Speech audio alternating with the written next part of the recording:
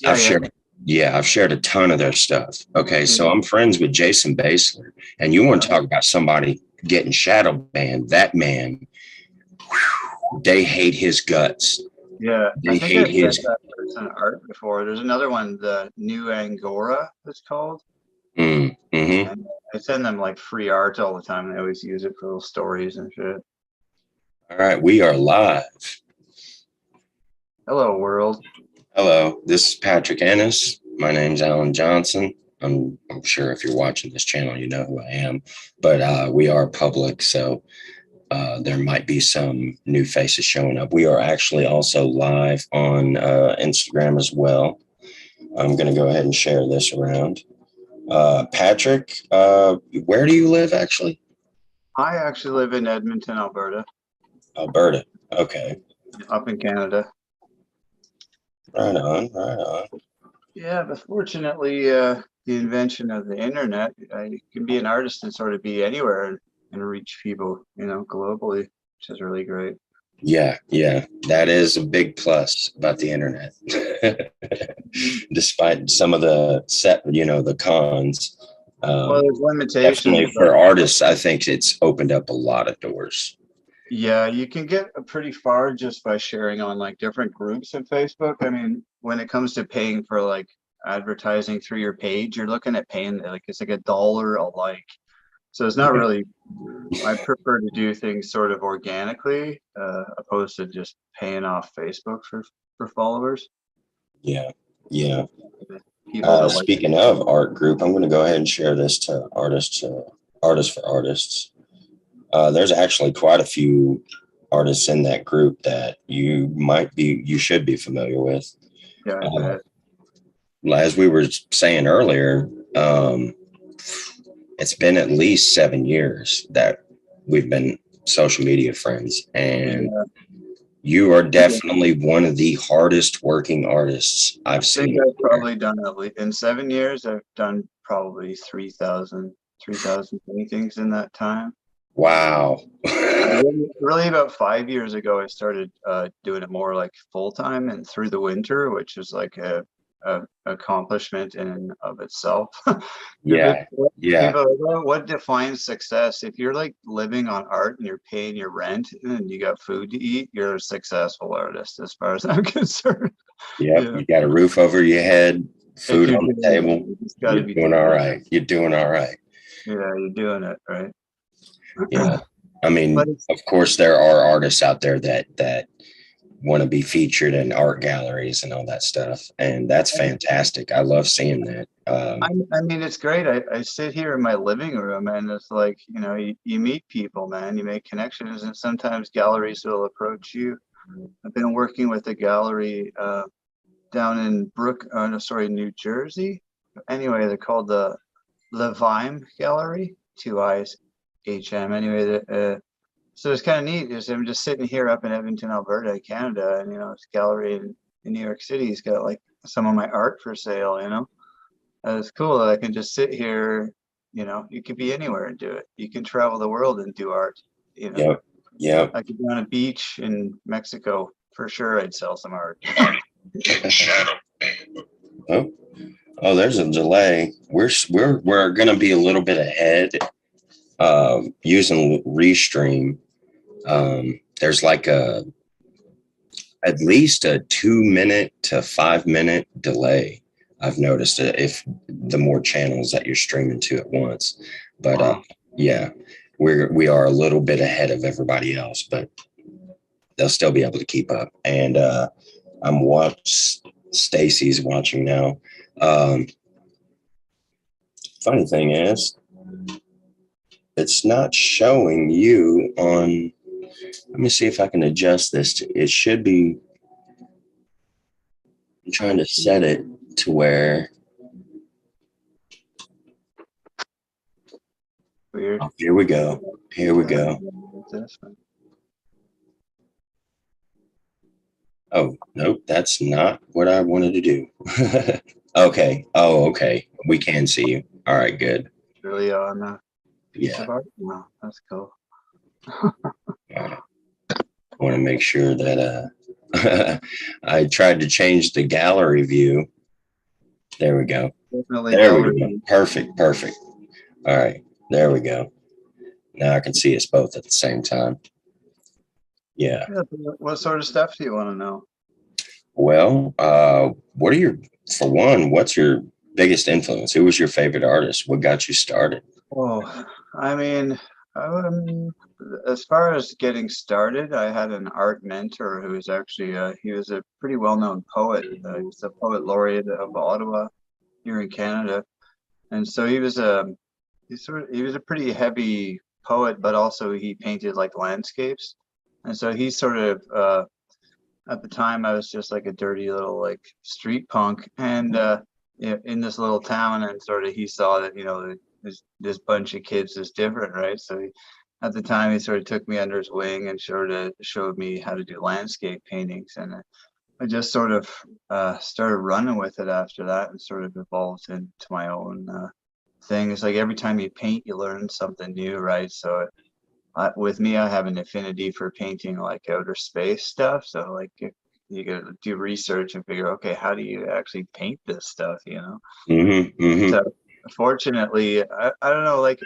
I think people are better off to learn from like a talented art mentor that knows his craft, and then they are like say going to school and getting like a Bachelor of Fine I Arts degree absolutely and not agree. like actually learning how to paint at the end of it, because they're sort of limited to you're only as good as the professor that's Hmm. teaching you and what they sort of dictate art should be about, Yeah. and all that. I mean, technique is important, but there's usually a trade-off with creativity and technique. When you Yeah. increase I the technique, actually, you lose I the agree with that a lot. spontaneity of the creativity, right? So one thing that I've been doing sort of lately is trying to go back to like my original early sketches where it was more like line work and sort of chaotic, and trying to reapply it now in later in life that I know a bit better painting techniques. But yeah. That's a good idea. I like that. I like that. But that's something you pointed something out. Uh, that is actually, I've noticed that firsthand, especially with the kind of portrait art that I used to do. Um, Whenever you're paying, constantly paying attention to the line work and the details, there is a trade-off with the creative side of it.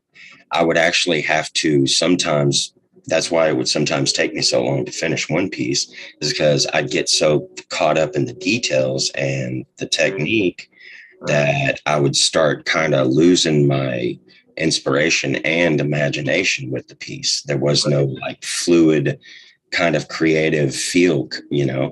and get Right. blocked. So I'd have to put it down, wait a little bit, and just look at it, for a day or Right. two or I three. mean, I used to do this sort of thing where when I got out of drawing and sort of into painting more, where I would just take the color black and I would do like a completely random, like squiggly line, and then kind of step back and see what you see in that. And so in that way, you're sort of harnessing that spontaneous randomness of like this chaos. Yeah. Yeah. That's funny. You should say that. Recently, there was a Leonardo da Vinci quote that I had never heard until I seen it about 2 weeks ago. No, actually, it was about 3 weeks ago. And it started out, he says, every great painter should start out with the color black because Hmm. nature is born out of darkness. And that really stuck with me. I was like, he's right. If you look at all the greatest artists, they it does have a lot of black to it. Rembrandt, Da Vinci. Yeah, look at that. Oh, that's cool. Oh, I seem to, there it is. Sorry, kind of lost you for a sec there. I could see a galaxy for a minute. Really? Yeah, here. Yeah. Shortly, if you want to, you can go ahead. Yeah, go ahead. Let's see see what you got. Yeah, all right. I'll give you a little preview. Lighting's probably not the best right now, but this one here, yeah, it's sort of like a city in space. Yep, I remember that one. And some of these windows and the stars actually glow in black light. So when you charge Oh, it up, nice. it actually I'm illuminates. very familiar with that David Bowie one too. So I guess my thing is sort of doing these like liquid skies where you can't really tell where the water stops, sky starts. Hmm. Yeah, here's a Bowie one that I did, sort of I was trying a different art technique. So this particular one, we paint the whole canvas this orange first, and then you kind of apply these thin layers of white to get this skin tone. And it's Mm. neat, literally just white over top of like an orange, but pretty effective. Yeah, that's the new one, right? I love Yeah, that. I call this a Space Babe series where I do like these people made of like cosmic Yeah, stuff. yeah, One sort of inspired by like a rock concert or something, dancing into the void. yeah, yeah. There's one, oh, you probably sold it. There's one you did, and I used it. It inspired a post that's the whole the background, the horizon and the skies, you know, stars and galaxies and stuff with hints of blue and purple. And at the bottom, you can see these teenagers walking along. Oh, the punk Yeah, sound. yeah, yeah, yeah, yeah, Yeah. yeah. I love that one. I love that one. Yeah, sometimes I do like political pop art, I guess you could call it. Like Yeah, the one I did the other day, it was just looks with like the Pope. The Pope, but it was like that. I saw that. I was like, ooh. Yeah, and then I did Justin Trudeau was the Joker. He was like our prime Oh. minister. The Yeah. clown. Yeah, and then I did like a whole COVID series where I did one where there was basically like marionette puppet master, and there was like different like hospital people in hospital gowns, and the marionettes kept getting smaller, so it was like this chain of command of like puppets of this person like pulling. That's And then I yeah, did one that's I like that. you That's know, clever. That's COVID, clever. I painted the empty toilet paper shelf, but it just went to like infinity. It was just like empty shelves, so the toilet paper was sold out. Oh yeah. Just Oh yeah. I actually almost forgot about that one, but yeah, I remember that now. sometimes I use painting as like escapism to like escape life, and then other times there's like, I've had enough of this. I gotta like, say something about it, Hmm. whatever. Make a statement. Yeah. Yeah, so Well, it's like, and the thing is, what that's one of the great things about art is you can actually look at Banksy. You know what I mean? The influence of his political pop art, with his yeah, graffiti art, um, and especially with just like with you, you've been around for a very long time, and yeah. as we've Started stated, painting in 2002, so about 20 years now I've been painting. But like I said, like the last five with like reckless abandon. yeah, I noticed you. I was just like, Jesus, this dude does he even sleep? One day, right? And my usual modus operandi is like get up, have coffee, and then just get to work. So I usually finish a painting like early afternoon. And then on the good days, I'll post it and it'll sell by dinner, and then I ship it out that night. So like that's my objective, like every day. Yeah, yeah, Yeah, yeah. it's like Of keep course. you on your toes So because I'll tell you now. I'm hoping I can get him like on here sometime. Have you heard of Igor Volos? name rings a bell. I'm not too Yeah, sure. I'll introduce you to some of his art later on. I But follow a few artists. Like I try not to be like I take things from some artists that I like, as far as technique and maybe atmosphere or lighting or something. But I try not to look too much at other artists' work because it and will yeah, that affect way your you have your own like, thing. next thing you know, you're painting Alex Gray paintings. Yeah, yeah. Everybody I'm glad you're the first artist that actually said it. You finally said it. Somebody said it. I mean, no, like don't get me wrong, it was brilliant when he did it, but it's like fuck, man, how many more times Yeah, am I gonna yeah. see the Now you've got a geometry whole pattern? culture. He's literally got a whole culture of copycats. Like there's so many artists, and I still think that they're fantastic. I mean, Yeah, they're amazing. And some, and I'll be the first to say it. Some of them kind of, improved on it, I made mean, it he's not the better. first person to like, no offense, hallucinate and see a fractal pattern. He's Oh just no, visual art's been around forever. yeah. Look at Pascal Ferry and it starts with an M. I'm having a brain fart.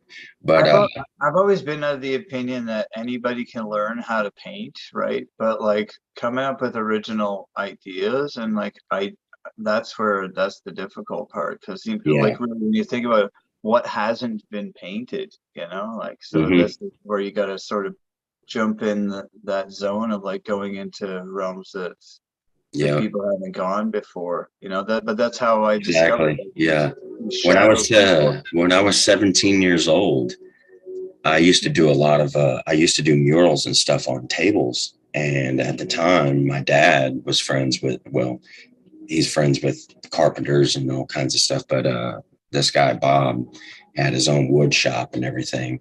And I got this, started getting all these ideas. That's how, I'm sure you can relate. I Right. started getting all these ideas, and I thought, what if I drew something out, okay, and then slightly carved it in, made it 2D, Right. carved it out on the table, and then say like there's a mountain and with a sky background, and in front of the mountain there's trees. Just think Bob, uh, you know, Bob Ross. Bob Ross, a scene like that. Okay, first I paint the sky. Okay, layer of clear coat. Then I start painting the mountain in, layer of clear coat, Right. trees, clear coat, and make it even more 3D. Well, I was like, I better never tell anybody about this. And this was when I was 17 years old. I'm 38 now. Yeah. And I was like, I'm never going to tell anybody about this. I don't want anybody to steal this idea, because I was really, I wanted to do that. Yeah. And just, yeah, I get fast forward 15 years later, I've had, delays, as uh, setbacks in my life. I'll be honest with most people who follow this page know that I did some prison time. But when I got out, about 2 years after I got out, I'm scrolling around on Instagram, and sure enough, there's somebody doing exactly that. I watched the whole video. I was like, no, no. Yeah.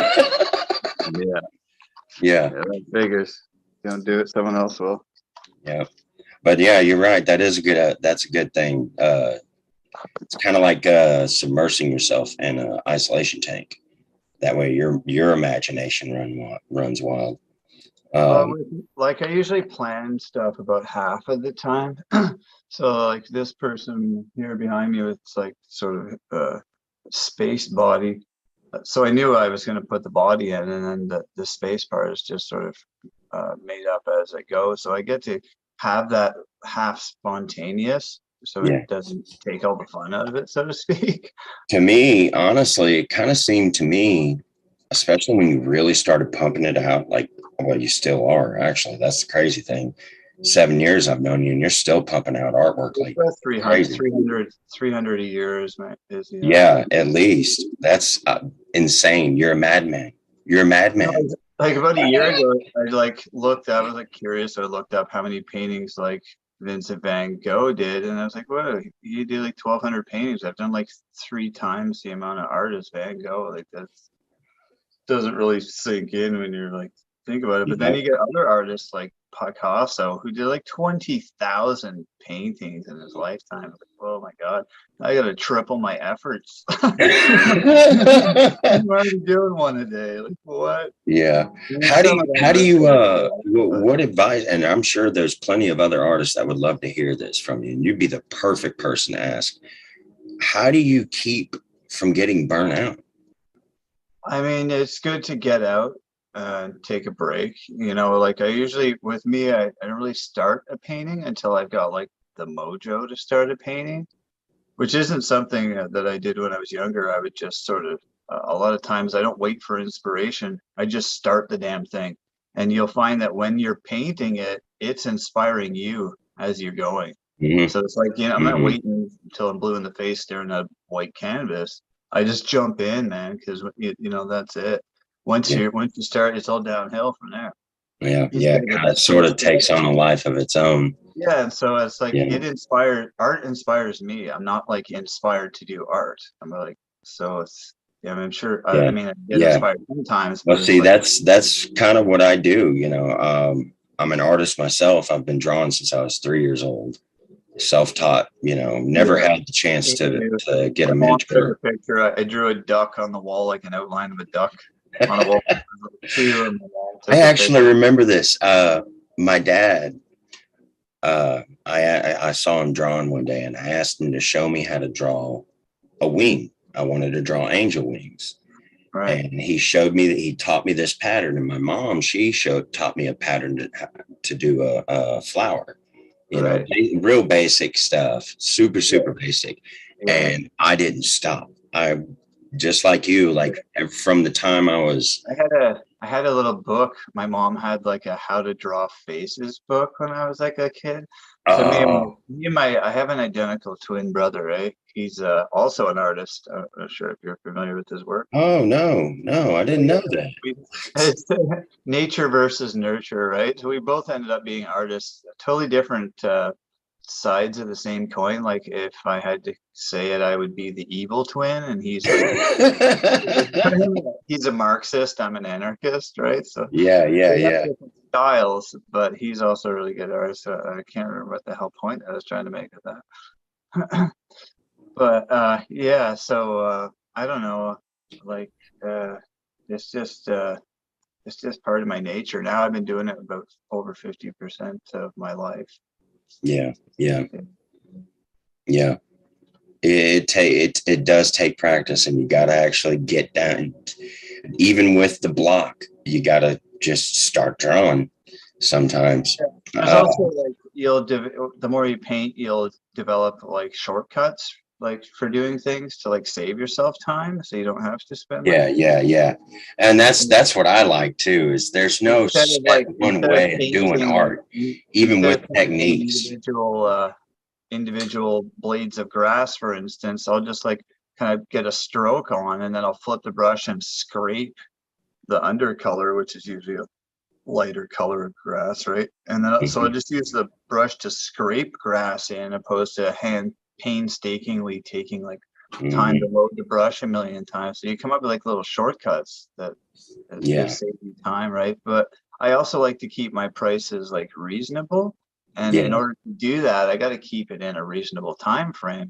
Like most of the people I know don't have like $1,000 to drop on art, right, right? So right, a right. couple bucks. So I try and like sort of keep it in that zone where I make enough to get by, but also like keep it affordable for most people. Yeah. Did COVID kind of I hurt? I didn't even look down from the. I just kept painting, man. I just plowed right through the whole thing. Well, I mean, as far as like sales, I mean, I couldn't get out, and I usually do like four to six festivals in the summer, right? mm, So obviously, I couldn't do any art shows. But I mean, I spent a long time before COVID, sort of developing a fan base that helped support me through that, right? And they continue to support me through, for yeah, that. yeah. Otherwise, I wouldn't even have a house right now. So it's I just try to I try to support all the artists out there. There's a whole lot on my friends list, and I love art. Like honestly, I could. everyone to I, be an artist. I yeah, do art lessons, and it's like basically cover the supplies, come over, like, like I can, get people ahead of the curve a bit, and if yeah, they're compelled to paint, then it's like, why not just share information? That's how the Renaissance happened. It wasn't because one guy figured it out. It was because yeah, everybody, yeah. and And that's as what you pointed out before, I think another reason, and I'm positive of it. One of the reasons why the Renaissance era had such talented and fantastic artists is because of the way artists taught each other. There was a mentorship. That was a big right. thing back then. Now you've got these public schools, colleges, art colleges and stuff. And I mean, they still learn and Yeah, and I'm not gonna come knock out. like art college. It really depends what you want to do in life. If you want Yeah, to like make video games for EA Sports, then do that. Like yeah, get yeah, into that if that's what yeah. But like like if you me. want to be a really good painter, I just want to especially, do yeah, my ideal, like probably 30% of what I do is commissions, but ideally I just want to do my own thing and get paid for it. right, right. that's the goal for all of us. That's why I brought up follows. Yeah, that guy. I'm not gonna lie. I'm a lifelong artist, and I'll admit it. I'm envious every single time he's pumping them out too. At least one a week. One a week. He's getting one out there, and I mean, there it's amazing art. But it's every time he posts something in the comments, it's sold already. And I know he's getting paid for it too. Like these are really big canvases and stuff. And it's like, how is he? I mean, I get it. It is the talent. His art is amazing. It's mind blowing. But like how he's able to sell that quickly, it's like I'm astounded by it. But that's the goal for all artists, of course. I mean, that's what yeah. Myself, as far as mentorship, I'm hoping that in due time, right now I'm kind of surviving on meager means at the moment, but I've got a roof over my head, and as you pointed out earlier, I'm doing all right. I got roof over my head, food on the table. Eating ramen at the moment though, but I'll be all right in a week. But Pasha and Nani offered to start teaching me, but she does classes. So yeah, I kind of like to work with her. That would be awesome. She's got some amazing art. I'll show you. Working with other people is like a great idea. I don't know if you saw, about a year ago, I had this, it was essentially a room where all the walls were videos. So they had like projection animations of my artwork, but it was like the whole room. Yes. Like, yeah, that was awesome, man. For artwork. Yeah. And and didn't a production guy who does these visual projection displays, right? So I couldn't have done that if it myself. I don't have the gear for it, right? But, Chris McDonald, didn't Chris McDonald do a 3D animation of one of your people? Yeah, he's done a few of them over the years. Yeah. I thought that was cool, as you were one of the first ones he did that for, I believe. You and what's his name? The guy he's even got a couple of decks of tarot cards out, the Prisma tarot. But yeah, you and him were one of the first ones that Chris did that for, and I remember seeing that, and I was like, "Oh, that's cool." I was sharing all kinds of stuff. I sent him a friend request and everything. Yeah, started following him. He hasn't done too much lately. Yeah, I guess a lot of people are like sort of just, the economy is just driving people out of the game. Like everyone's like so worried now. They're like, oh, I just want to be able to like, pay my rent. Just leave me alone. Like a lot of people are just get depressed too with the whole COVID. Oh yeah. Well, see, and that's why I think, you know what? I'll be honest with you. A lot of people spend a lot more time on the internet now because of COVID. And I noticed, and to me, a lot of people that do follow my page, they follow my page because of the art that I share. People are supportive of artists, like. Oh yeah, and that's the thing. It's hell to me. It's being able to go online. That's the closest I can come to, and this applies for everybody, to go into an art gallery and being able. You guys, these artists right now, to me, are really kind of helping to keep people sane.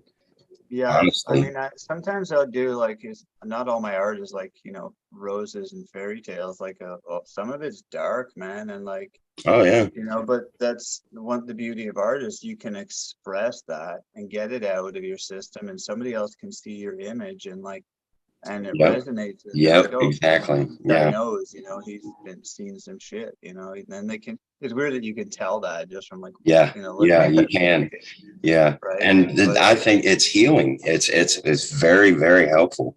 That's kind of why I'm doing this. I want to not only try and help out the art community as much as possible, get their artists like yourself out there more, and that way you can put bread on your table. But not Can only you that, imagine what the world would be like if like the 1960s didn't happen, and how no kidding. and like, you know, we'd just be going to Walmart listening to church music and yeah, you know, Yeah. Oh man, it'd be like Leave It to Beaver, the Stepford Wives. Still, oh man, people would be way too strict. It would be. and plus you need people to challenge the status quo. Otherwise, you know, like billionaires end up buying half of the United States, you know, like they're Well, gonna have to like grovel in the pay for their freaking dinners that's now GMO, like yeah, overpriced food. yeah. And there's I a know we gotta, you know, so part of it is opening people's eyes in society and like keeping, calling just people like out. Banksy did. And honestly, I know you've had some influence in that. The way you put the art out, to me, it kind of feels like you're also making like jokes. It's comical in a way. The And satirical for sure. Like the other yeah, day, that one satirical. with Thank you. there was Jesus sitting on a side profile looking all this all Yeah, majestic, with and then Darth with like Vader. Oh, as stormtroopers soon and as I Darth seen that, Vader I coming had to after share it. I his was like, ass. oh, that's dope. That's dope.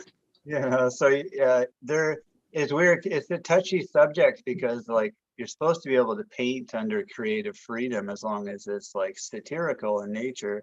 And yet I can do like a Star Wars Jesus crossover, and there's no goddamn way that my company's gonna let it fly as far as copyright goes.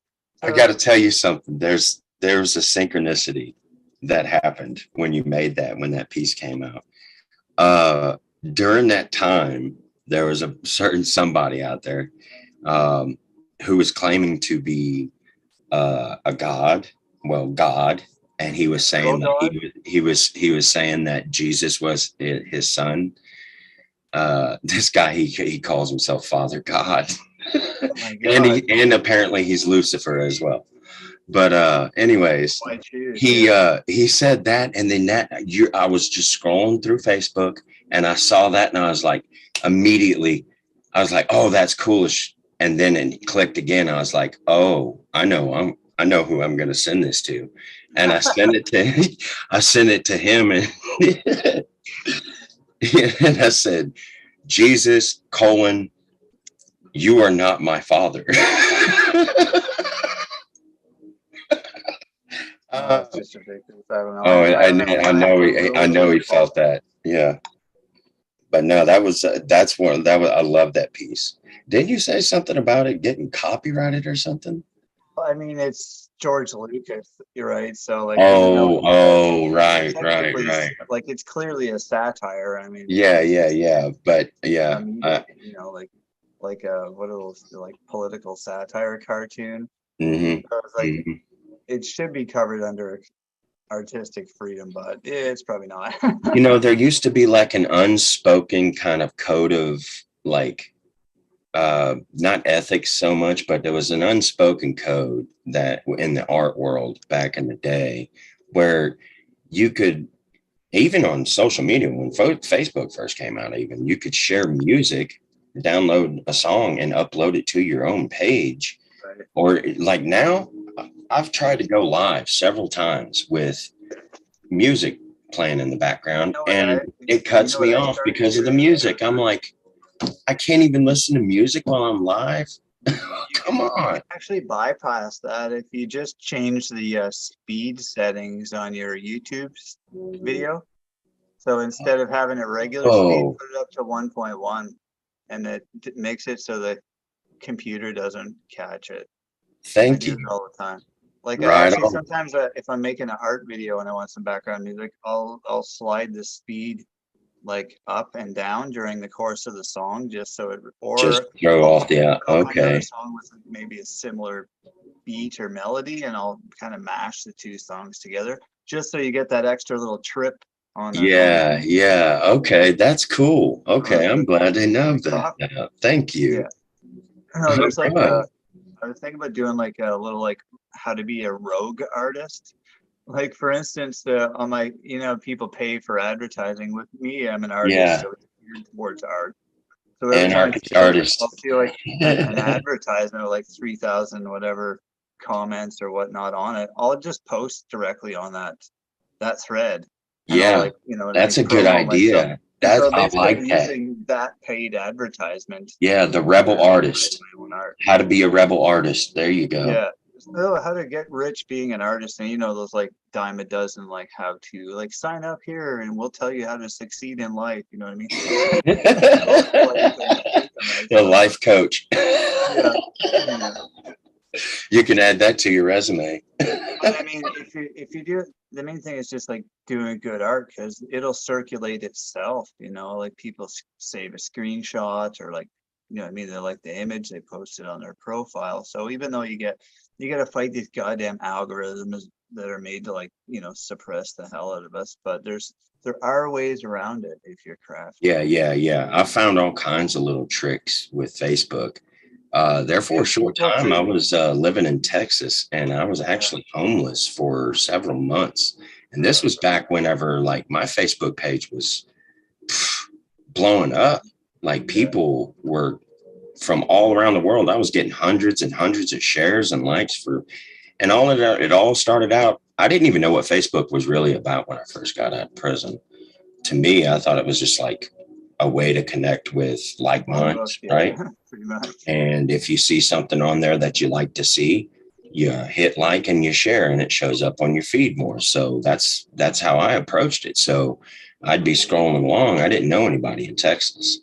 So I spent a lot of time online trying to connect. And that's when I started joining tool groups and stuff.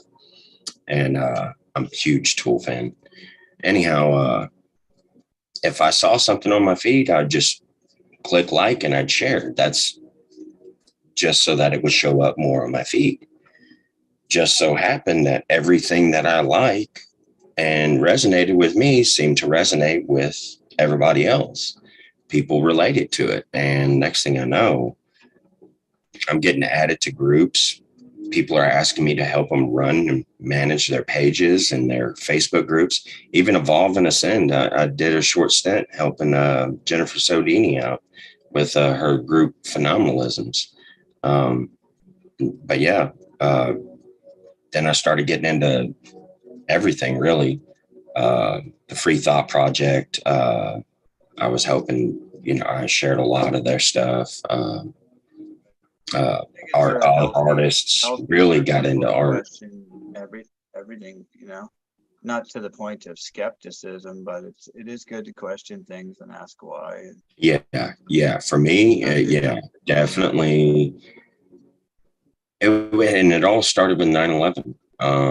And I saw that documentary Zeitgeist when it first came out, and that changed my world. Like, I always was suspicious, and I knew things just weren't right with the world from an early age. And then I saw that, and I was like, wow.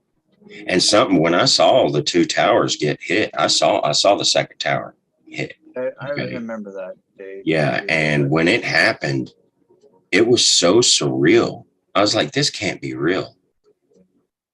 I was like, this is really fucking bizarre. Like, how is the, and my, it's just what it was is my intuition. How does a plane fly all the way Yeah, off course?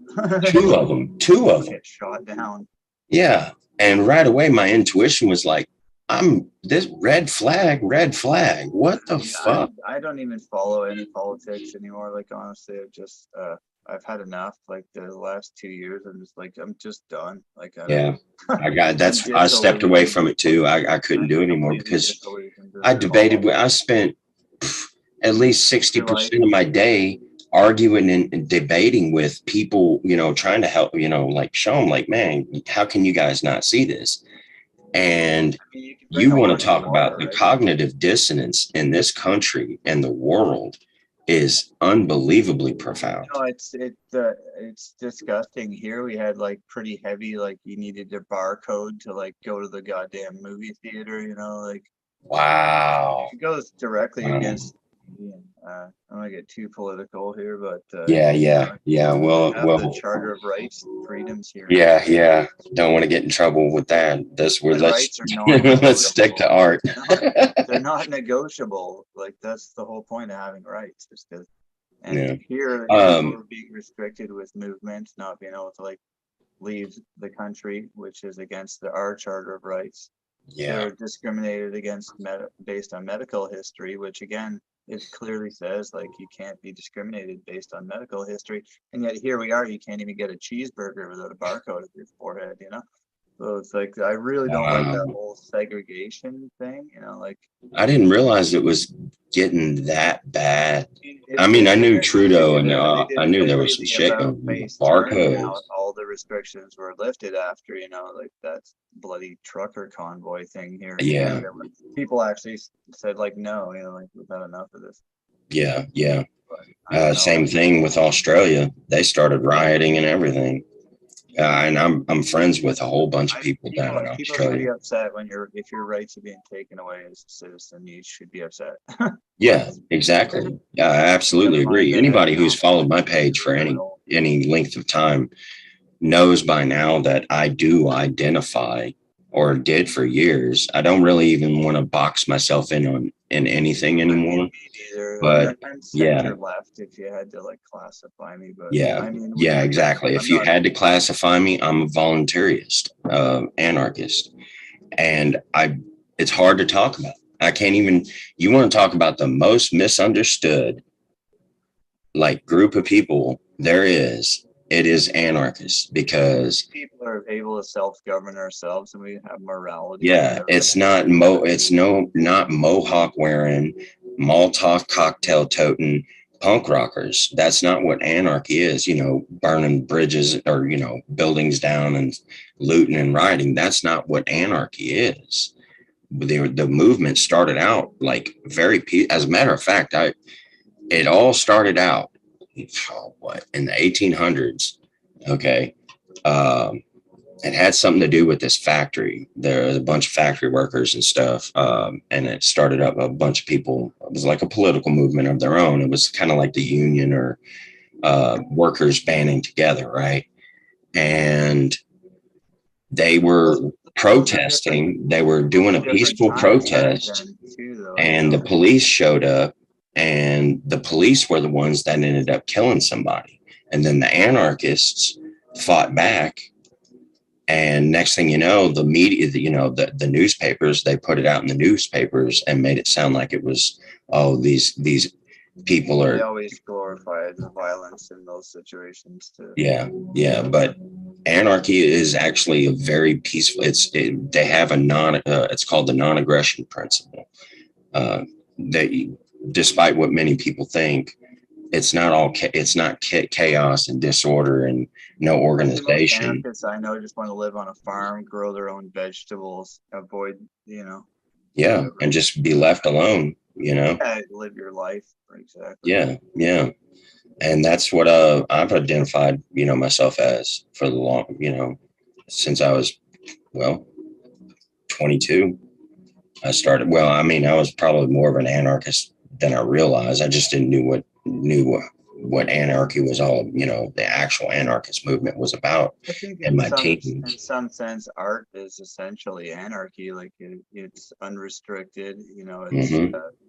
I mean, granted, you can do stuff that's uncensored. It's, you know, challenges the status quo, and you know, it comes from like the nothing. It's chaos. And that's another thing speaking of another that points out the importance, another important reason for art is, and it makes it to where you guys artists can have more influence and get away with more than most other people. You know what I mean? Like somebody say, shoot, at one point in time, you know, you couldn't, if you didn't have the vaccine or you weren't wearing a mask, you Like couldn't go to try and work. You'd challenge lose the your job. church 400 years ago. You know, like you just they'll burn you at the stake.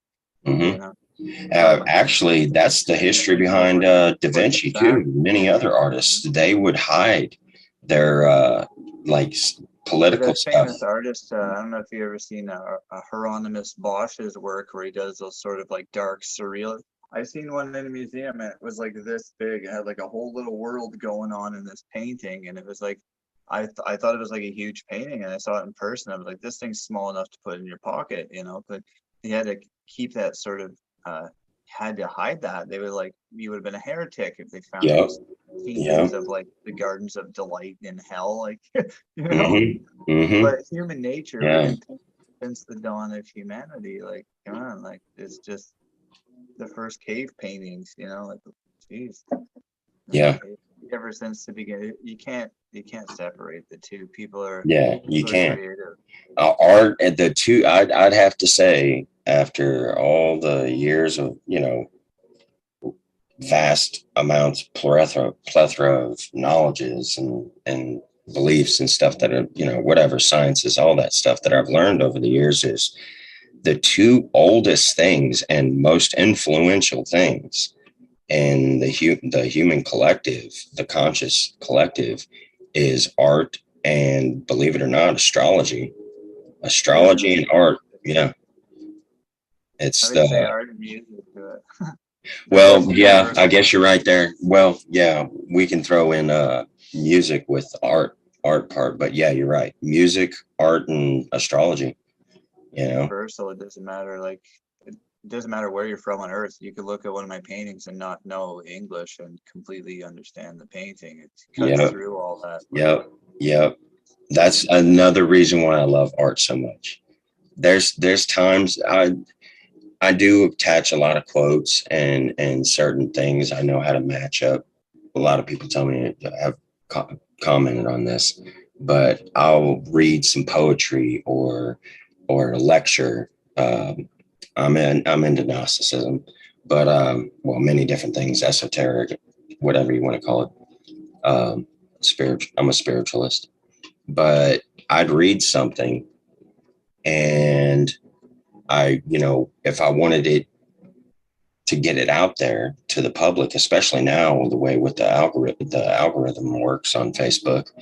Um, you don't want to make a video or share a link. If you share a YouTube link, hardly anyone sees it. And the same thing with videos. But if it's just text or an image with text, more people see it. So people see with their eyes, kind of like with food. Um, People eat with their eyes first.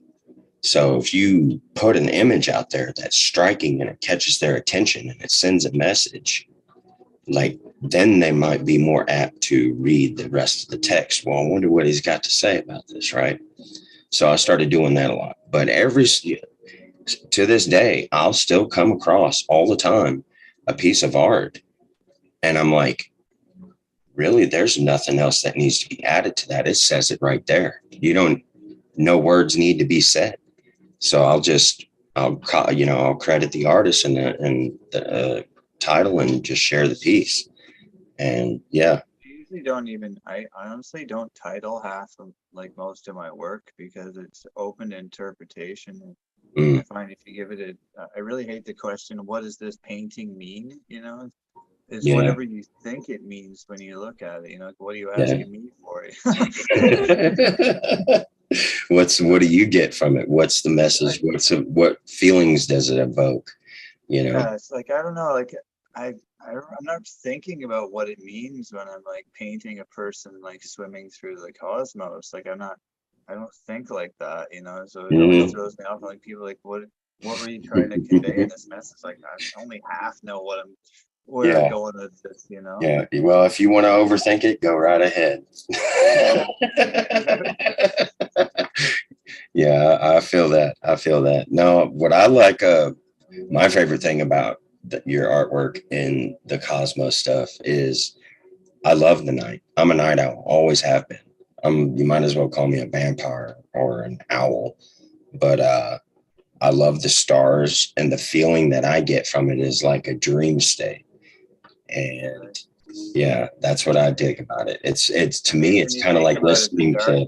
darkness is a lot more consistent than light. You know, it's the only way Mhm.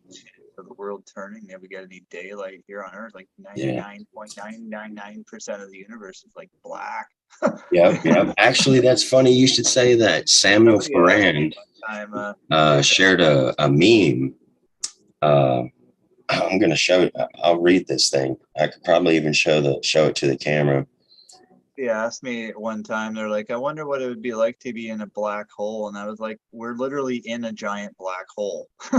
Yeah, yeah, that's a good Everything is point. one big black hole. But yeah, there's this image that points that out. Like, how does it say it? Hang on, I'll find it. It's just loading. Got to scroll through. I share a lot of stuff sometimes, but it,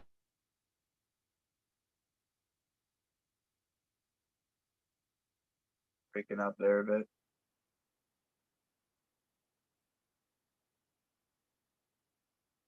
Feels frozen.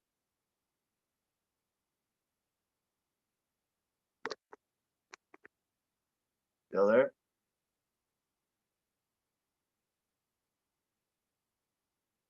it's weird to think that nighttime is the natural state of the universe, and the only reason we have daytime is because Earth just so happens to be facing a giant star illuminating it. And this is That's what I just said. yeah, exactly. Yeah. I was like, oh, yeah. I thought that was cool. I had an affinity for nighttime. Most of my art I use there's a bit of like a lot of dark in it. So during the daytime the paintings look really dark, but at nighttime with like a light on them, then the sort of like the color comes out because like Mm-hmm. for Mm-hmm. me, they're supposed to be made to be viewed at night. Unless it's Yep. like a Yep. daytime. Actually, that's why I'm a huge fan of Karich Luminokia's work. I've got, if you look, you can see behind me, and I'm actually, well, this is Luke Brown. Actually, this is Luke Brown's work. But behind me is that's Karich Luminokia right there. I even have matching clothes to go with it. But if I turn this light off, because I've got some black lights on, you can see how it pops out like that. Yeah, nice. Yeah. Yeah, I There's use actually, blacklight stuff. I use blacklight paints on a lot of my space paintings because like I do festivals and I have this little like flashlight, right? So it just gives it another element. And yeah. then sometimes, in contrast, I'll use glow in the dark glue, which kind of holds that glowing charge even after the black light goes out. Oh, that's So you cool. can kind of like it kind of works on like three levels because you charge it up with the black light, but then it still glows. It's really good for like full moon, like a moon painting. You put the glow Yeah, in the dark glue on the moon pretty thick and that's then charge cool. it up, and it's like the moon is actually glowing, you know. That's why I like black light tattoos as well. And that's to A little me, that's a nervous. I don't really know if that's a people like. nifty little trick too. I got I a guess I friend. got other ink, but Yeah, I got a friend, Sully. She's got a crescent moon right here on her forehead, but you can't see it. Can't see it. But you put her in a black light room, poof, pops out. nice. Yeah, I think it's My cool. friend, I got a friend of mine who does these really cool like sacred geometry paintings by taking like huge grandma's doilies, you know, for like cover your table. So Uh, anyway, grandma's doilies have this amazing like pattern shape. So he just like spray paints on clothes by using that as a stencil. And then you get oh, these like super amazing like fractal geometry paintings, and it was like is made from grandma's doilies. I was like, was grandma high as fuck when she made this sacred geometry? I bet Totally. she was. Yeah, grandma knows, you know. It's like Bill Hicks said, if you don't like drugs, do me a favor, go home.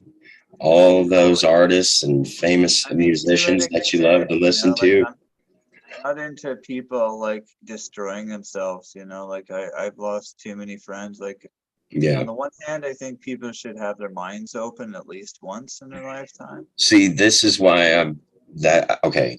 I'm actually very against like meth, heroin, Yeah. I don't especially think pharmaceutical drugs, even the psychotropic ones the ones they give for, bipolar and all that stuff. I've seen, and they've tried to put me on that stuff ever since I was a little kid. And what it did to me is horrible. Like I just wanted to die. I became suicidal. I was like, no, yeah, I'm not it taking does have this. some pretty bad side Yeah, effects. yeah, yeah. So But once you start, it's really hard to not be on it. I never had that issue with natural psychedelics. shrooms was very mind expanding for me. I've never had a bad experience. I mean, I took it's the fifth strongest strain in the world, and they're calling penis envies. And I ate a little too much of those one time, and I peaked for like 9 hours straight. It was like a 13-hour trip, and I peaked for like 9 hours. Bruh, I was on the floor. At one point in time, I fell out of the swivel chair that I was sitting in, Well, landed on the floor, and I could not move. All I could move were my hands and my head. but And I remember seeing this Meteor Man DVD case before the trip started. And I was like, oh, I remember that movie. That's, nostalgia. And I'm laying next to this DVD case, and I grabbed a hold of it like a lifeline. And I was like, okay, this is real. Just stare at that. Don't look at anything else anymore. This is real. And I was literally having this internal monologue. I'm like, that's a good time to quit, right? yeah. Oh, I was having a whole internal monologue. I was like, okay, well, eventually the cops are going to show up. We're alive. We're going to live. I might be a vegetable. I might be in a wheelchair for the rest of my life, but at least I'm alive. I was just doing everything I could to comfort myself. The sooner you accept your death in that situation, the better. Like, okay, I'm dead now. That's it. I died. And then you're fine after that. Yeah. Like, swallow it. I died. It's all good. Yep. But yeah, once you break through that fear element, oh man, and you ride with it. I've had some beautiful experiences with it, like very mind altering, like, and even actually it helped me release a lot of trauma that I had, stored inside from my childhood. There's no such thing as a bad trip. You just need to like man up and deal with your shit. Yeah. That's just your brain ways telling you gotta resolve this issue. Yep. That's what they talk about. People don't understand that. They say, oh, it blasts your ego away. For one, you cannot kill the ego. Anybody who's ever said, oh, I've killed my ego. No, you haven't. It's not even a real thing. It's a coping mechanism. It's how we are able to deal with the reality that we live in. You need it. Your ego, you don't need to tell anyone that you've killed your ego. Exactly. That's what you're talking about. It just shows that you haven't. Yep. Thank you. Kind of one up yourself on the spiritual. Yep. You just fell into another ego trap. Residual side effects for things, specifically with LSD, where you have this cognitive, bias or like delusions of grandeur to some extent. Oh no, I've seen it. And you know what's sad is there's people who, just like you said, you don't do psychedelics regularly. Okay. For me, I'll take some mushrooms, some psilocybin, and I'm good for sometimes I won't take any for another 4 to 5 years. I would say don't do it again until you think straight again. Yeah. Well, yeah. But yeah. So for me, I've seen this. I wanted to point something else out before I get distracted, but I've seen people who start using it regularly, and I knew this person who used to host ayahuasca retreats, and that's DMT. And now this person literally believes they are God. Okay. And I'm seeing a lot of this, actually. A lot of the collective has been running around, claiming to be Yeshua, Thoth, Isis. Yeah, but when you do the hallucinogenics and you kind of blend in with your surroundings, you're gonna get the implication that you are that. Yep. And guess what? This person has like 14,000 followers on YouTube and a whole bunch of followers on Facebook. And she has all these people that are basically validating this stuff. We used to call them sycophants. Oh, yeah. I had an interesting conversation with Lowen Hart about it too. Anything, and there's going to be people out there that are like, yeah, you're the fucking Messiah, or you're the Antichrist, or Oh yeah.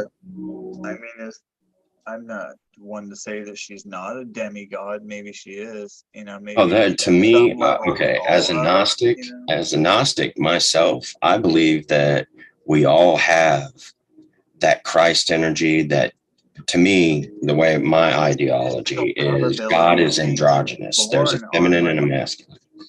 I'm sorry. The probability of you being born into like a planet that can, habitate life in this particular corner of the universe is like 1 in 700 trillion odds that you were even born to begin with. So it's like, yeah, you're still special. You're very special. For, life in the universe, but it doesn't mean that we're a god because of it, and especially given the fact that we're essentially mortal. Yeah. Well, typically speaking, whenever someone is talking about God, they're talking about the source. Okay, the source, where it all started. Okay, there had to be an egg for everything, right?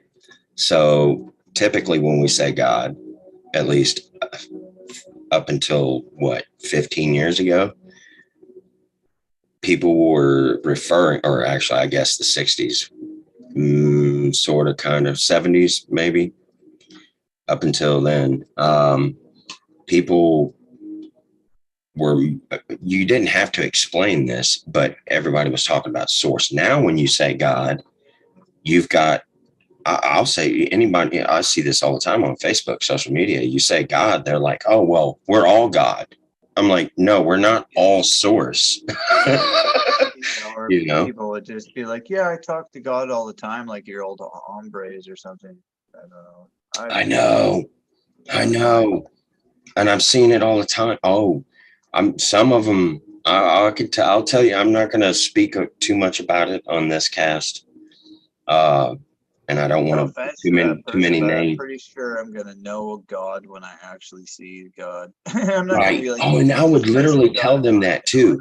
Like, look here, if Jesus Christ, if I'm talking to Jesus Christ, you better believe I'm gonna know it. Okay, if I'm talking to a God, an actual like Zeus or whatever ideology you follow, Thoth, ISIS or something like that, you're gonna know. There's hundreds of different gods. Who's to say what's, and honestly, after a certain point, it just gets into like speculation. Like nobody can prove life after death. Nobody can prove the existence of. Well, you can't prove it, but I will say there is direct experience, and you can typically tell when you're talking to somebody who's lucid and grounded, and I've met plenty, that's why I'm a Gnostic, that's why what I believe, my ideology, okay, is, to me, God is an androgynous thing. Okay, it's not an old man sitting up in the sky or anything like that. I don't think he's counting poker chip souls, like who can rack in the most amount of money. Yeah. Like a commodity where God just wants to harvest your souls like it's some big banker in the sky. Yeah. But never made sense. But yeah, to me, God is like an androgynous thing. It's a feminine and masculine energy essence to it. If you've ever heard of the 7 Hermetic principles, principle number 7, gender manifests on all planes. And when they say all planes, that's even in the heavens, all planes, all dimensions. Last year, when I was telling you about this, how I had liver failure and pneumonia. Well, I was at home at one point in time before I ended up in the hospital. Okay, this was like 2 days before I went to the emergency room. I was laying in bed, and I did. Now, a lot of people can attribute this to like, oh, DMT release, whatever. I've had a lot of near-death experiences in my life. I've almost died at least 9 times in my life. Come real close. And this never happened before. when my heart stopped and I stopped breathing, I didn't see any figures or angels or anything like that. But at first, everything was pitch black. Then all of a sudden, my vision started coming back, and it was like I was staring up at the corner of my ceiling, at the corner where the wall meets the ceiling. That's the position my head was in.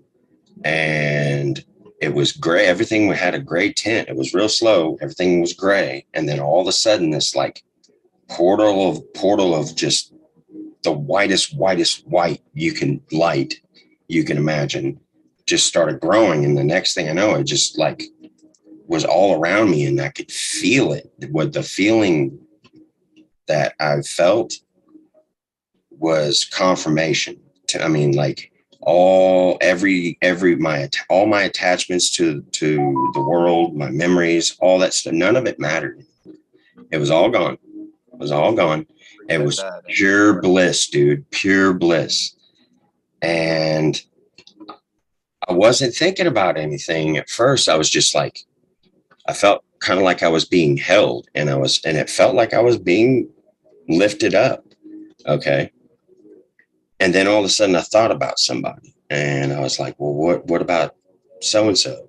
And then that made me start thinking about the other people in my life that may, what's going to happen to them, and they need me now.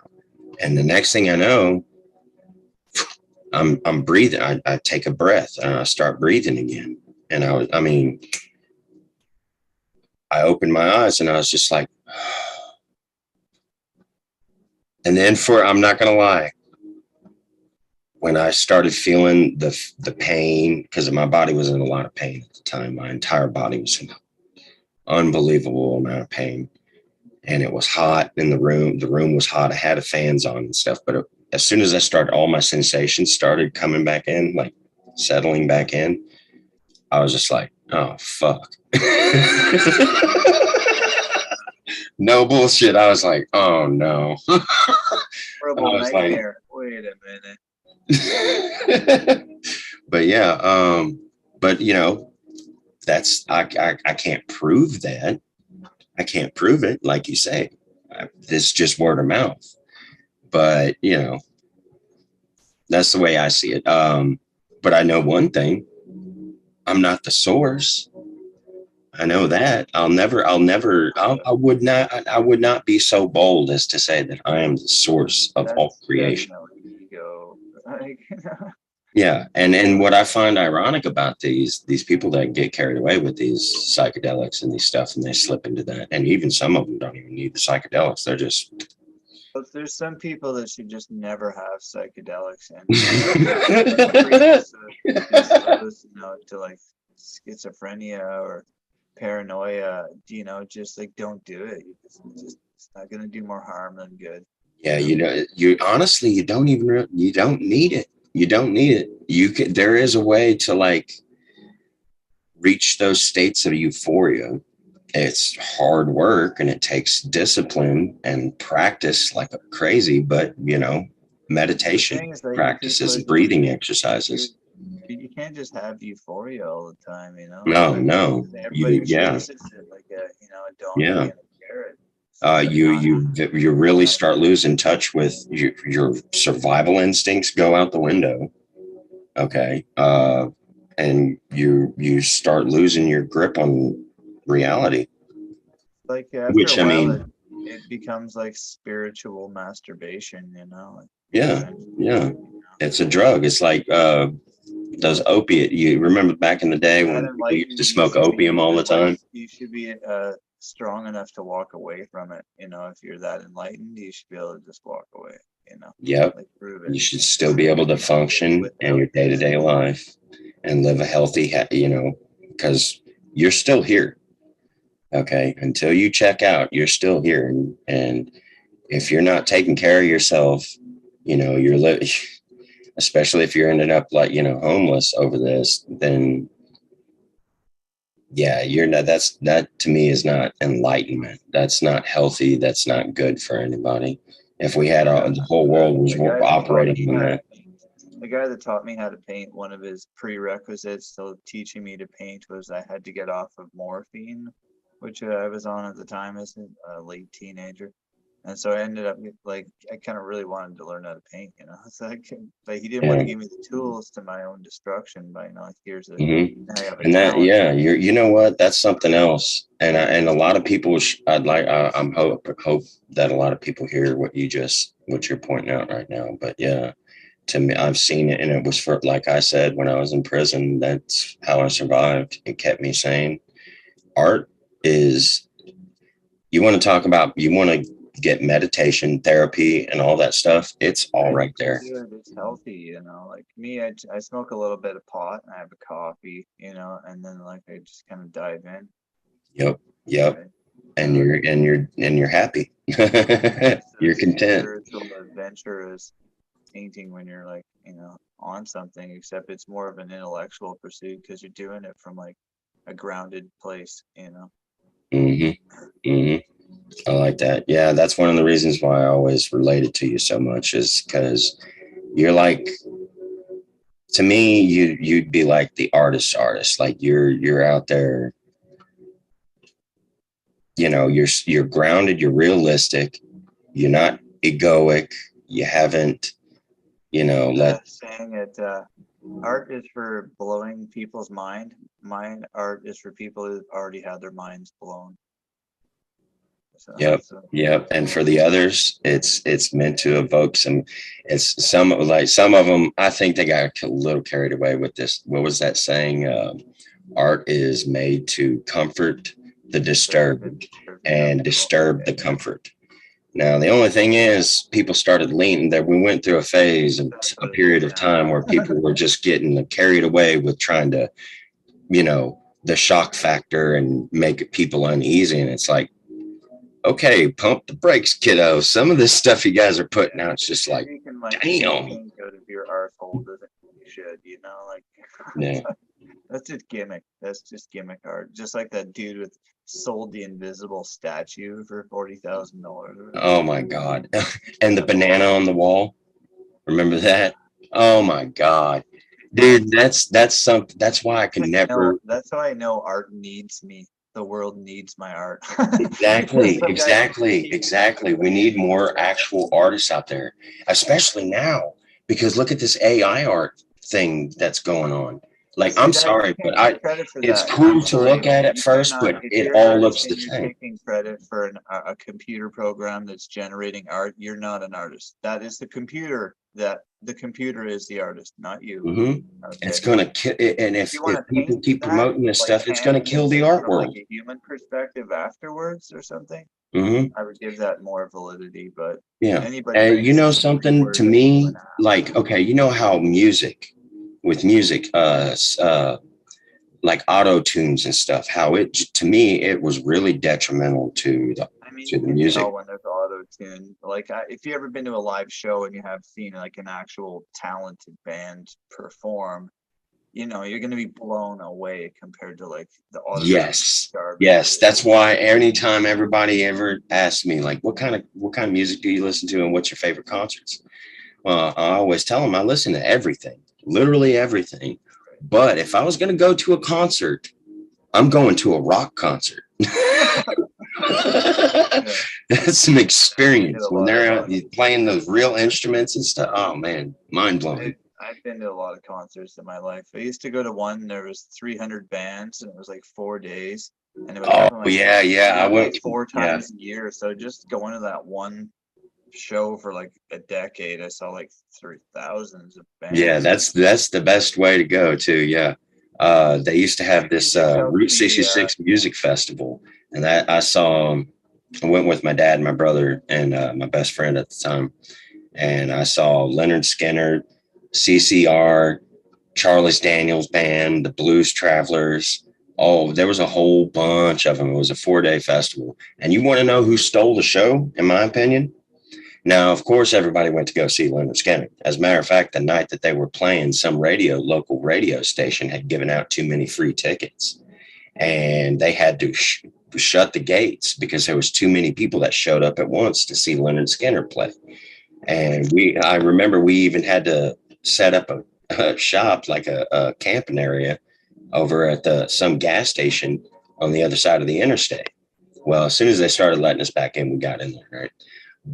But you could still hear Leonard Skinner playing. I ain't gonna lie, I hopped the fence and I snuck in there so I could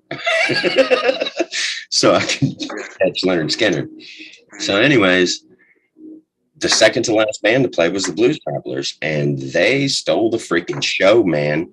It was, oh man, it was awesome. It was awesome. And they even played for an extra hour because they had the crowd going so much at the end of their first hour set. Yeah. I found the Jesus painting. Yeah.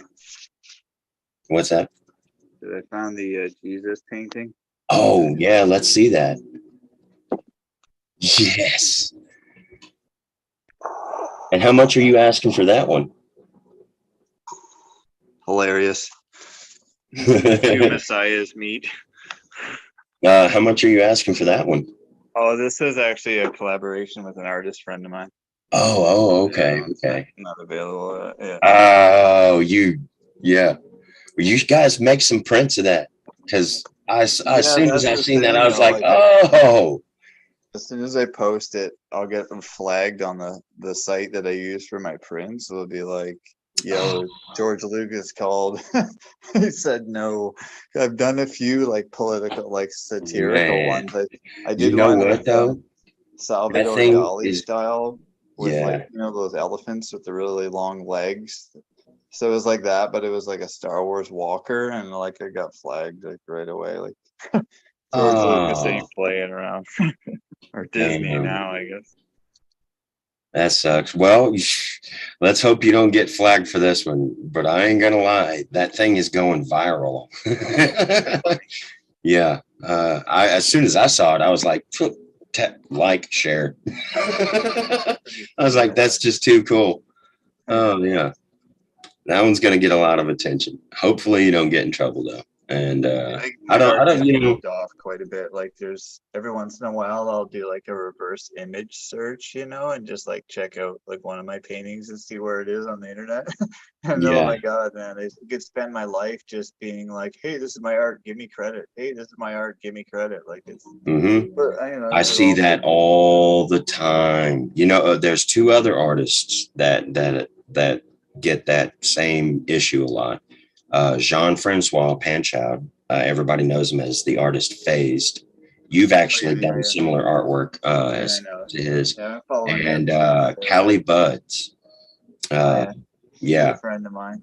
Yeah. She gets, man, it's like it's at least once a week I'm getting some notification about Callie commenting on another post. And as soon as I see that it's Callie commenting on another page's post, and I click it, I already know it's probably somebody that you shared some of her artwork without giving her. Yeah, no, I've been following her for some time. It's awesome to see like artists take off, and right. She earned it too. Look at how talented she is. Like, wow. With watercolor. Face instead of girlish good looks, but she's also very talented herself. I often thought about making like an alternate profile that's like a fake one, just with like a pretty girl that holds up a artwork like a round, like a ring. It would work. I'll tell you who. Not only is she amazingly talented, okay, but drop dead gorgeous, okay, and cool as, down to earth, believe it or not. Really, really cool. I mean, strange. She's like us, okay. But I dig the shit out of her. Rena Monet. Okay. Yeah. And she her TikTok, all of her social media, Instagram, TikTok, and Facebook. Yeah, she's getting out there. But yeah, no, it's funny how that works, like a lot of times, like especially with like rock bands or something, people don't see the 1,000 shows that people put into it before they got to that, to play in New York City. People don't see like, and similar with artwork. There's an expression that says fortune favors the old. Well, I got a feeling that one of these days you're probably going to end up with your own like gallery. That I think that's something. I mean, I've had little mini galleries, like artist collaborations with different people. Yeah, I don't know. Yeah. I just want to paint, man. I don't. I Okay. mean, Well, as yeah. long as I pay my rent and like express myself, like I'm happy with that. Yeah. You can go crazy trying to chase like this fame Got a pipe good dream. point. That's a There's good point. a movie called Krull. I don't know if you remember it, but anyway, there's this line in Krull where the guy says, "Fame is an empty purse. Try and count it and go broke. Try and eat it and you'll starve." You know. Like And it's that. like I I don't know. I like wouldn't want to that. be like famous, like Kurt Cobain famous, man. Come on, you can't even use a Yeah. bathroom. Yeah. Harassed, like Yeah. Kurt didn't even want to I don't didn't want really. to be that famous. I I know. picked that up right away. Years He ago, I was just good. stopped trying to chase that, like, Yeah. illusion Takes a anymore. lot of the pressure off, I I don't need that guess. much. I got enough followers. I'm not. You know what I mean? Like, as long as people are supporting me, like, it's just a number, and it's not even a real number. It's Hmm. not even a real number. Like, my Facebook changed, so now I have followers instead of people that liked my stuff. There was like 40,000 people just like evaporated overnight. So it was like, I don't know. It's just doesn't, it's just a Dude, draw. I already know. I already know my main Facebook account gets banned, shadow banned. I proved that to myself. I set up I've a had art that's got like flagged on Facebook. Like I've got yeah. warnings, like your page is gonna get. I shared a meme one time and it said, "My delusions are better than your reality. Change my mind." And I got flagged as terrorist activity for sharing a fucking meme. Yeah, I know you're telling the truth. You know? I shared a meme of Frodo. It's Frodo, the one where he's got a black eye in the scene. Okay, Right. and he's looking up. Well, remember back when everybody was talking about raiding Area 51? Yeah, yeah, Okay, so they made this meme at the top. It says, "So are there aliens there or something? Or is there aliens on Area 50 in Area 51?" And then at the bottom of it, it's Frodo with the black eye, and he's like, "Oh, well, keep your secrets then." I shared that, and I got flagged for suicide attempt yeah. for Right. suicide. And get this: not only did I get banned from going live and posting in groups, Yeah. and I couldn't even comment Right. or interact or share or Like do this is anything. social credit. This is like, like this is what it is, and now Yeah, you're like, it's ridiculous. Facebook, they're idiots. The way Mark that Zuckerberg is to running this align company interests. now, Yeah. You say you as got soon to as somebody else comes along with a better platform, or it'll be Right. just like when Sega came out and you know, Yeah. kind of took over when Nintendo, and then PlayStation shows up. They Well, the whole point of the internet is that it was supposed to bring people together around the world, and now it's here. It's like you can't even reach your own followers on your bloody Facebook, Yeah, So I see more ads we than lost anything. something. I have to Yeah, scroll it's four through. ads and then one post from a friend. Four ads, one post from a friend. Like Yeah, it's just a brainwashing tool.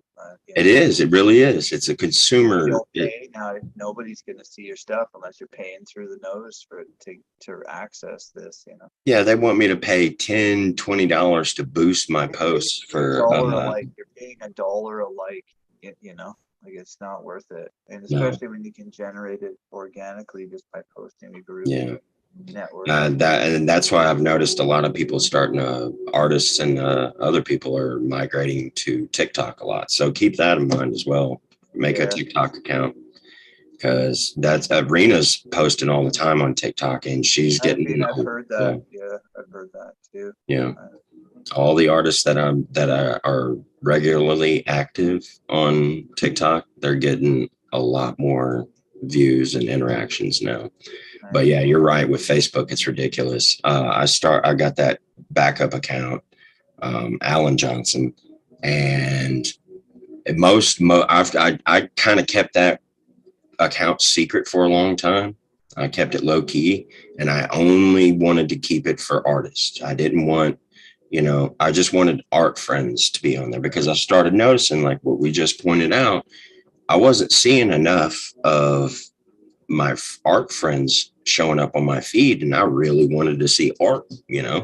when I'm bored and I'm scrolling through there and I need a little bit of inspiration or something, I want to see art, you know. That's the whole reason why I started messing with the whole thing in the first I mean, place. you could always come up with like spontaneous and fun ideas for shopping stuff. Like, you know, your phone listens to you when you're on Facebook, right?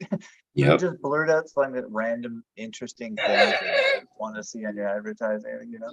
Yep. Yep. You want Yeah. to see Oh, somebody that's no eating joke either. gerbils Google's like in on that. Google's in on that. I'll be going down. I remember one time me and my father were going down the road in his truck talking about there was some medicine or something we were talking about. And about 20 minutes after we went to Sonic, went through the drive-through, and I, you know, open up my phone while we're sitting in the drive-through, boom, there it is. scrolling through that, and there it is, an ad for it. I'm like, Dad. I know. I've been God. saying rich art collectors for a few years now, and I'm still waiting for my phone to bring up rich art collectors. It should definitely bring up rich art collectors on my phone.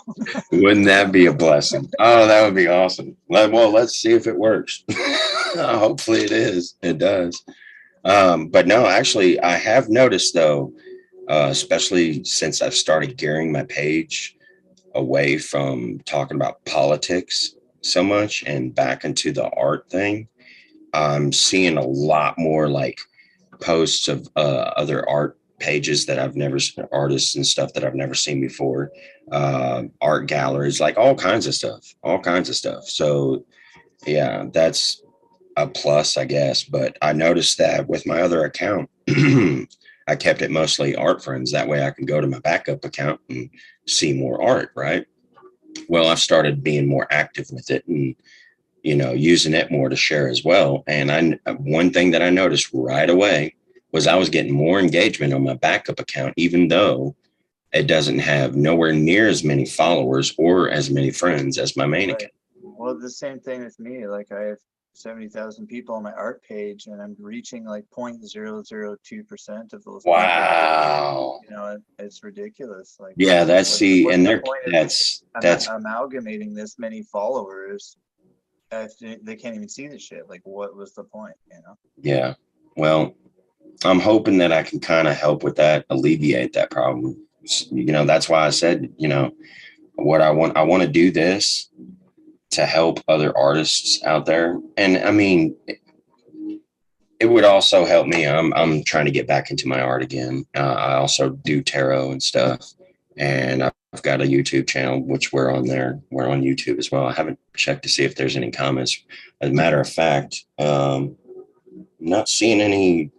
There were some viewers on Facebook, but I'll check and see if there's any comments on YouTube. And if anybody wants to ask a question, you know, feel free to ask a question. I suppose I should also check Instagram. Yeah, actually, there's a lot more people on Instagram viewing, watching us. But we'll open up and see if anybody has any questions for Patrick. Feel free to ask. Any art questions? Yeah. I'll keep an eye on that. See if anybody has anything they want to ask. But I lost track of what I was saying. Brain fart. I found out like overall people have been were very supportive over the course of like COVID, you know. I don't know if you remember seeing that thing that came out like right after COVID started, but it was like non-essential workers and it had like fucking artists on it.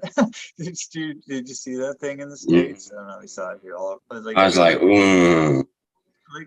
you know what, man? Like, look, without art, where'd that come from? The world would be so bland and so just lifeless to me. As soon as I try to imagine a world without art, I immediately, the color gray shows up in my mind. And I'm like, oh, that's just depressing. It's dystopia for sure. Oh, yeah. Oh, dude, that's Orwellian as hell. That's just, no. We need art. It's part of the lifeblood. And got money out of our bank account just for having this conversation.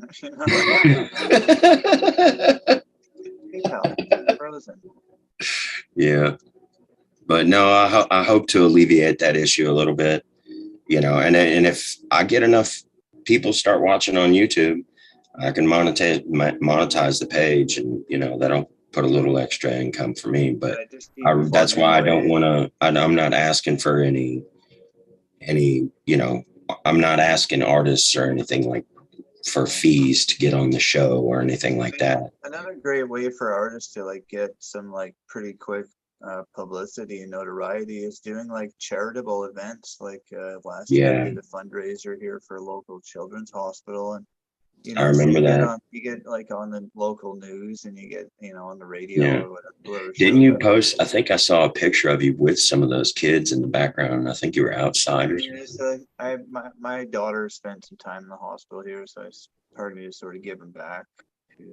And it feels good as an artist to do things, to use my art for good, like raising money for autism or whatever it is, right? So if you got like a backlog of paintings that haven't sold in a year, like use them, do some good in your community, and people that's notice awesome. stuff like that too, right? So. Yeah, that's cool. I like that. Yeah, I like that a lot. But no questions yet. We still got, I think, at least 4 people watching on Instagram. Now we got more up. We got some more people watching on Facebook. If you guys have any questions for Patrick, what's that? We did say 8 o'clock it was supposed to start, and we kind of jumped the gun. We're running a little bit late, but you guys, if you have any questions for Pat, feel free to ask any art questions, art related. Don't want to make this about politics or religion or anything like that, but it's kind of hard to avoid the certain questions and that are it's gonna have some play in that, because people might. It's good to talk about things, and Well, I noticed that like Al Margin, and there's no way I could have a Q&A with Al Margin without talking about politics. He's not. He's more like us. He's a rebel. He's a truth speaker. He's definitely a rebel artist, and his artwork provokes.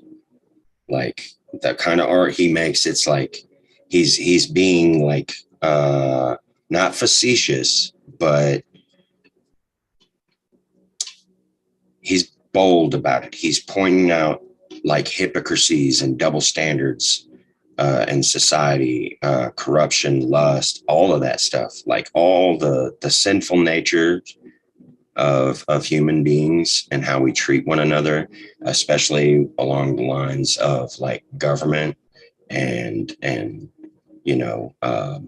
dictators and stuff like that, like all that kind of stuff. So there's no way I could have a Q&A with him without bringing that stuff up. And same thing with Paul Kowalski. And he's another artist that's just like that. And his, especially with politics, he's always making fun of politicians. So, but of course, though, I'm sure we've already talked about what influences you've had, and it's not complicated. You look at your art. To me, it's not too trippy, but it's trippy. It's like, to me, it's like meditation art. Like that's the kind of art like thing I would picture in my mind, listening to existential. Okay. Nihilism. Optimistic nihilism. That's it. There you go. Yeah. There you go. Optimistic nihilism. Yeah. Perfect. It's essentially a giant void, and we're insignificant little specks, right? So it's essentially it's an open book that's blank, and it's meaningless until we create meaning in it, and then we give it meaning. Mm-hmm. So that's optimistic nihilism. It's all pointless until we give it a point. Well, we definitely need some more optimistic nihilism in the world right now. With everything that's going on, there's got to be a way. That's why you got to have a sense of humor. Like you, man. Like otherwise, you're just gonna die of monkeypox. Yeah. Oh, speaking of, they finally yesterday, I the saw my low on my CDC list. and the It's CDC. underneath like paying my rent, starving to death, and then monkeypox is like below that. Really not. Yeah, I got more important things to Yeah. worry about. I don't know, Yeah. the news, man, just rot your brain right out of your skull. Like I'm just done. I just don't. I Yeah, mean, I do not. I don't even hardly watch movies that much anymore. I've noticed over the they've past been like making the 3 same years. movies you watched 20 years ago anyway. You probably saw the original. Yeah. Yeah. Now I spend most no, I spend most of my time now reading. Um, I'm learning about astrology a lot lately. I signed up for a course with Alone in Heart Astrology. Yeah, my twin You brother know, makes a series of tarot cards. Like he made a all Star Wars tarot deck, and then he did a Ninja Turtles I would deck. love to see that. Yeah, Yeah, it's pretty amazing. I've got all kinds of He-Man. decks He made ready. He-Man tarot deck too. Oh, Just like wow. the Star Yeah. Wars one is Yeah. like I want to see that. everything. I love that stuff. There's so much symbolism and a lot of meaning Well, that's it. in the He artwork basically of tarot. cleared it off the traditional deck, except for made it like Star Wars, right? So like that one guy who's like the Ten of Swords, and he's sitting up in his bed, and he had a terrible dream. Oh, yeah. Remember that? So he's got that, but there's like That's the lightsabers Nine of on the wall, and Swords. Darth That's the Nine Vader of waking up Swords. and Yeah. having a terrible nightmare. It was just hilarious. Like Yeah. that. Yeah.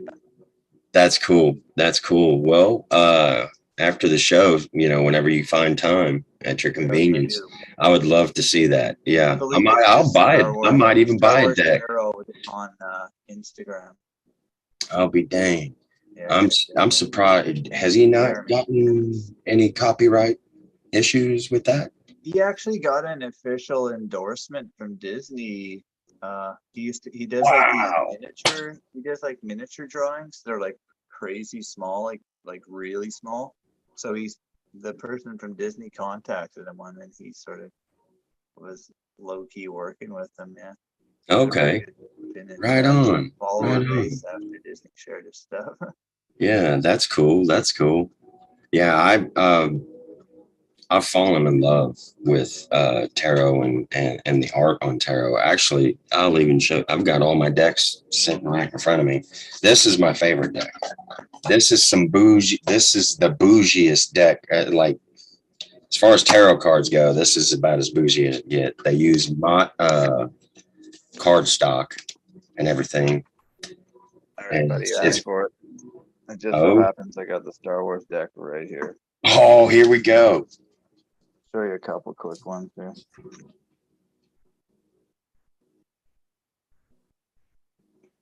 Here's one with the moon. It's got little Ewoks. Oh, that is too cool. Oh man, he's got the whole nine, dude. Like they're amazing. So he's given them different names, like the whatever wands and that. Nine They're of all different, right? droids. So this one's just Okay. the droids, Okay. right? But yeah, just like every card has been redone, and it's to the format of the original. Like Yeah, yeah, that's the traditional Rider-Waite tarot. the Yeah. High Priestess. Oh, is that Princess Here's Leia? the one I was talking about. See, like the Ten of Swords or whatever. Yeah, Nine of Swords. Nine of Nine of Swords. Swords. You like having like Wow. night terrors from all the Jedi's that he killed. Yeah, Wow. he's like every single one, man. This one's great. That's too cool. Oh yeah, dude. Four swords, yeah.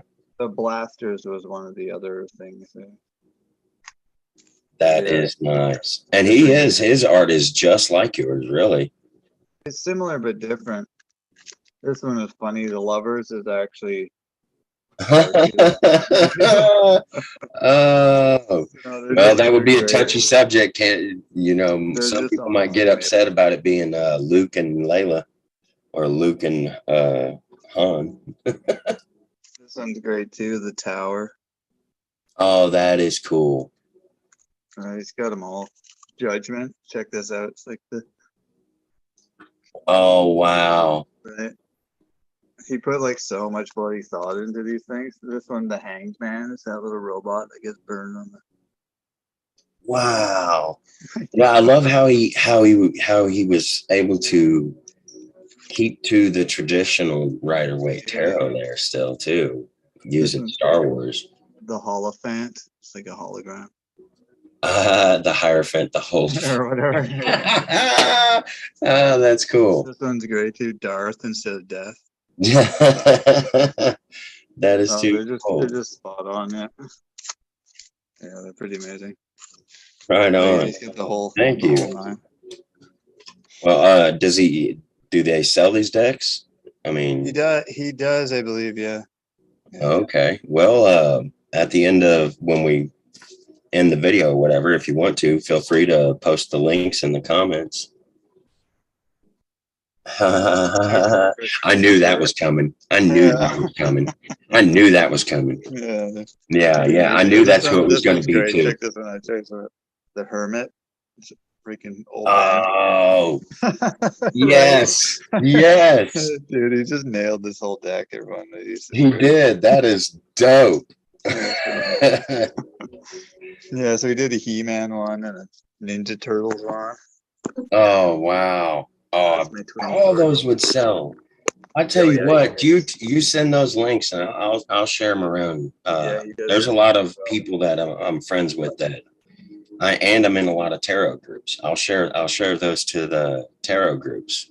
I guarantee you people will be. Yeah, no, it's I think it was one of the first complete Star Wars tarot deck or something like that. Yeah, that's the first I've ever heard of it. I've never seen it. And then normally you would think it would be an oracle deck, but he actually stuck to the traditional Pretty tarot. backlogged with orders for it. Yeah, he will be. Let me share those links. I know there's like 4 tarot groups I'm in, and I know one of them. There's this particular one. Yeah, all the it'll yeah they'll geek out on that. It's Yeah, totally the thought behind it is like pretty in depth. yeah, yeah. I know, and that's actually another reason why I like tarot so much is the art. There's so much depth and meaning, not just with the symbolism, but also in the imagery and the colors and everything.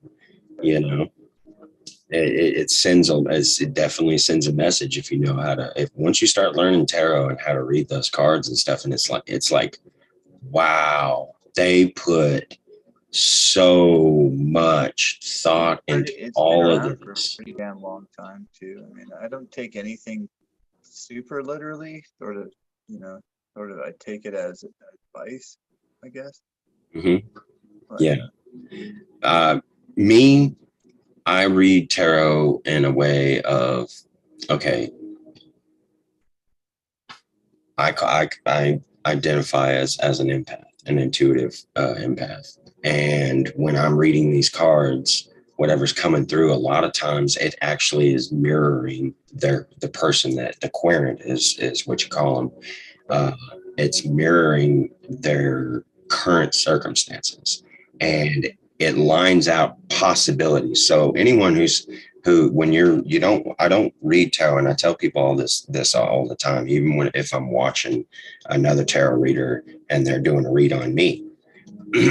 I see it as this isn't set in stone. It's showing you the possibilities of what could happen, or what choices or what path or road you could take. So I don't see it as like, oh, you're doomed to, heartbreak, or you're doomed to failure or anything like that. It's just pointing out something that you might want to be aware of, because as soon as you're aware of something, then you can change the course. Yeah. sometimes it's good just to give you a different perspective on things. Yes, exactly. It gives you, and I learned this from somebody else. Um, I'm constantly telling people, see a higher timeline. What I mean by that is a different perspective, a better, more positive outcome, possibility. So I tell them all the time, envision a higher timeline. And Well, that's how nobody ever had a positive life by thinking negatively. exactly. And that's how manifestation works. If you're constantly in that kind of frame of mind, you kind of, that's what you get. It's gonna more than likely Yeah, happen. blind Because that, trust, you know, I guess.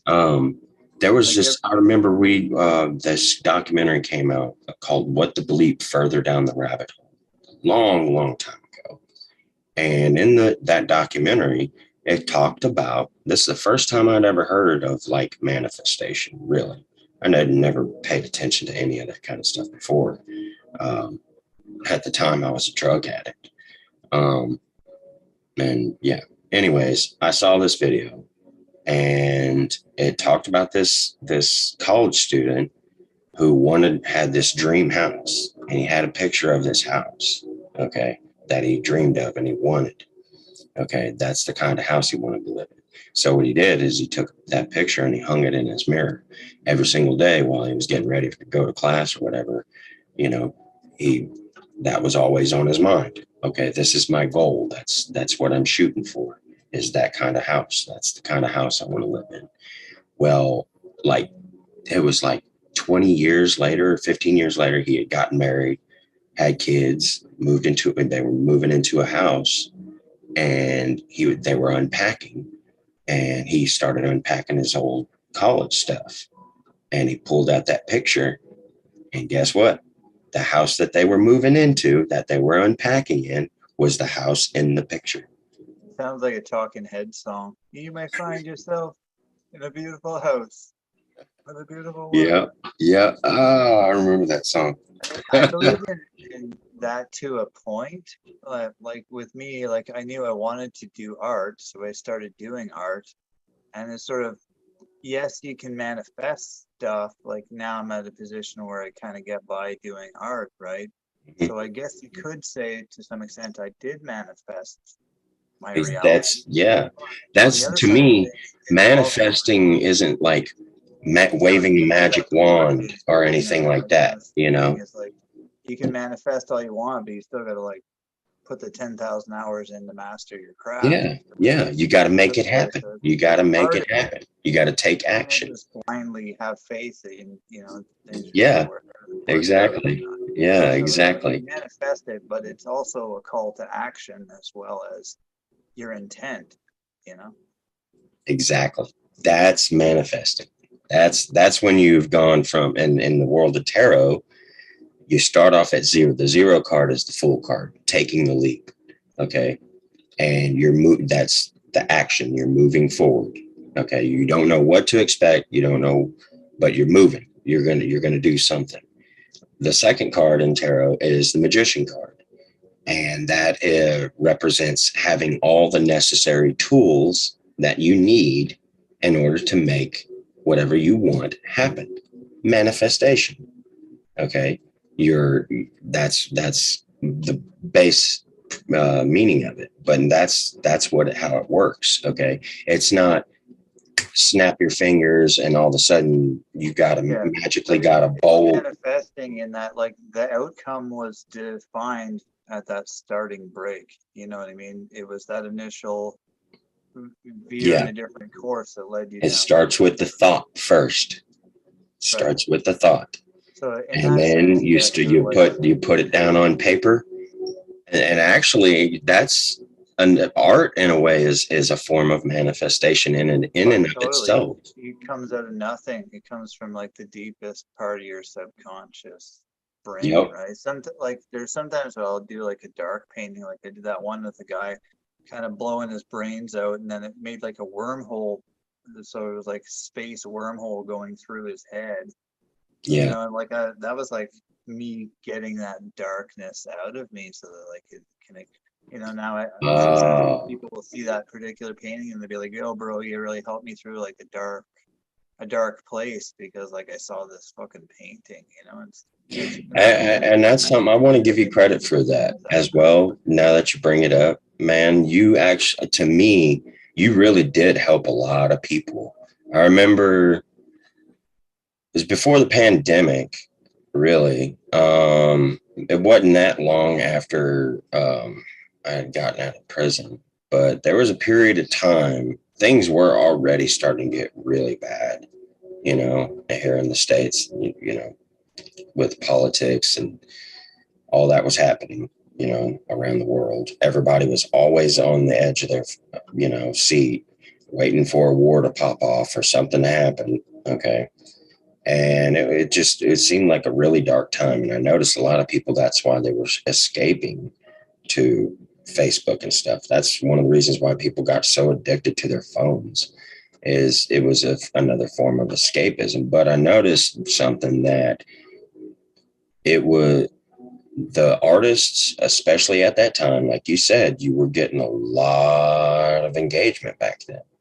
And that's one of the reasons why, I believe, is because your art was therapeutic for people, seeing stuff like that. I know it was it helped me a lot seeing you and John and so many other artists out there that Like, to me, like I'd see it up and it would light me up. I'd be like, oh, that's cool. And then my the imagination. one I did where basically it was during lockdown, so everybody was like stuck at home, and I did like an emergency escape hatch, and Yeah, I remember that.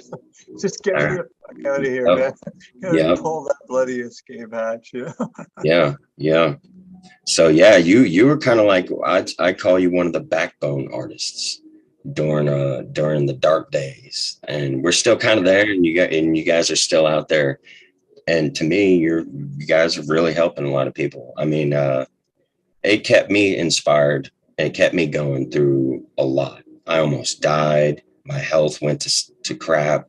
I started getting back on my feet again, and I kept getting knocked back down. And the only thing that inspire people, like yeah, Hendrik said, I just want to inspire people, like that's the true measure of an artist. If you see a Van Gogh painting, you're like, I want to go paint, then boom, that's mission accomplished, And if it can help people get through that shitty, dark night of the soul or whatever, great. And I know art's definitely helped me through shit. Same with music too, actually. Yeah. So it's two sides of the same coin, sorry, art and music. Yeah, definitely. So yeah, I thank you from myself, and I'm speaking for a lot of people when I say this. Thank you. Like, I have a lot of respect for the especially the amount of work that you got. Like I said, you're got to be one of the hardest working artists out there. There is out there. I don't know anybody that's. I mean, I don't want to brag or nothing. I don't know anybody that's painted 4,000 paintings. I mean, I've got lots of artist friends who talk about like 500 maybe. The only artist I'm seeing right now that's even coming, and you're still way ahead. Okay. But the only other artist that I see that is pumping out artwork, he puts out a piece at least once every week or once every 2 weeks, as Volos. And he, aside from that, that's it. I mean, I've never, like I said, at one point in time, I was just sitting there. I was like, dude, Patrick, do you sleep? But it's what necessity is the mother of invention. Yeah. So like but then there's how, I don't know how you do it though, because then you gotta promote yourself. You got to spend that time. I know you spend time there's promoting yourself, going to these festivals. Yeah. There's 99 ways to sell a painting, and you better damn well figure all of them out if you want to like do this full time. It is a full time. People, it is. It's easier for me to quit this shit and like go get a construction job. It's 1,000 times easier to just pack it in, and that's at least like once a month I meet somebody that says, "Oh, I used to paint. Now I gave it up." But when you dive in, you gotta go like I'm all in, man. Like I put my ass on the line. That's why there's so many people keep asking me all the time. Because there's nobody coming to the rescue. It's like me doing this, right? But I enjoy the aspect that I am my own boss. Yeah. And I never worked well under people, and I think all people are equal, and you get into a boss situation, and this guy's worth more than you are. And, the whole That's why point. I was always so miserable working the 9 to 5 jobs, is having somebody over my Yeah, I shoulder don't and think telling me what to go to, do. I don't think humans are made to be sitting at like, a factory or office desk all day. We're not made for that sort of stuff. No, We need to no. be creative. Yeah, yeah, seriously. And I mean, they even say that we're supposed to get like a certain amount of sleep each day. We're even supposed to have midday naps and stuff. It's like really good for your health. Like that's, Ideally. yeah. But working, some of these people, I honestly, I feel sorry for them. They think that they're happy, I suppose, and they get a lot of stuff. But I've noticed like they they're happy enough, but they're not happy. These people that work these Well, they're 10 to comfortable. 12 to 13-hour shifts. I had a friend who, and he still works for him, but he worked at the Walmart distribution center and he still works there. And he puts in like 12, 13-hour shifts, comes home, sleeps, he'll fall asleep watching Netflix, wake up and do it all over again. And that's his whole life, every single day. Same thing over and over. And I'm like, man, sooner or later, it can't be good, and it's just, to me, that's not living. You're just working that, Yeah, no, it's true. but I don't know. Some people can find a nice balance between like having a day job and doing art. With me personally, I can't. I don't have enough energy at the end of the day to do both. So it's like I had to like pick either I can do this or I'm not doing it. So, yeah, and like you I don't know. said, It's kind of all it's in. full time. And yeah, it's got to be full time because Yeah, people were constantly asking me. I was working at Panera Breads. I bounced around worked a lot of restaurant jobs. And everybody was like, Alan, why aren't you doing art? Why aren't you getting back into art? Well, for one, while I was locked up, that's all I did was all I did was drink coffee and draw for 5 years straight. And I was always drawing what other people wanted. I did everything, birthday cards. I even had one guy for his 14-year-old niece. I drew a portrait of Justin Bieber on a handkerchief in pen, and it came out. It was so tricky, man.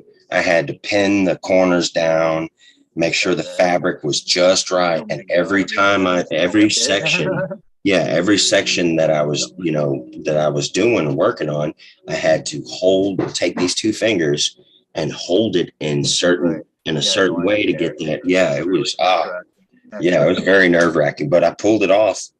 I just wanted, for one, I just wanted to see if I could do it. And I did it, nailed that thing too. It came out looking just like him.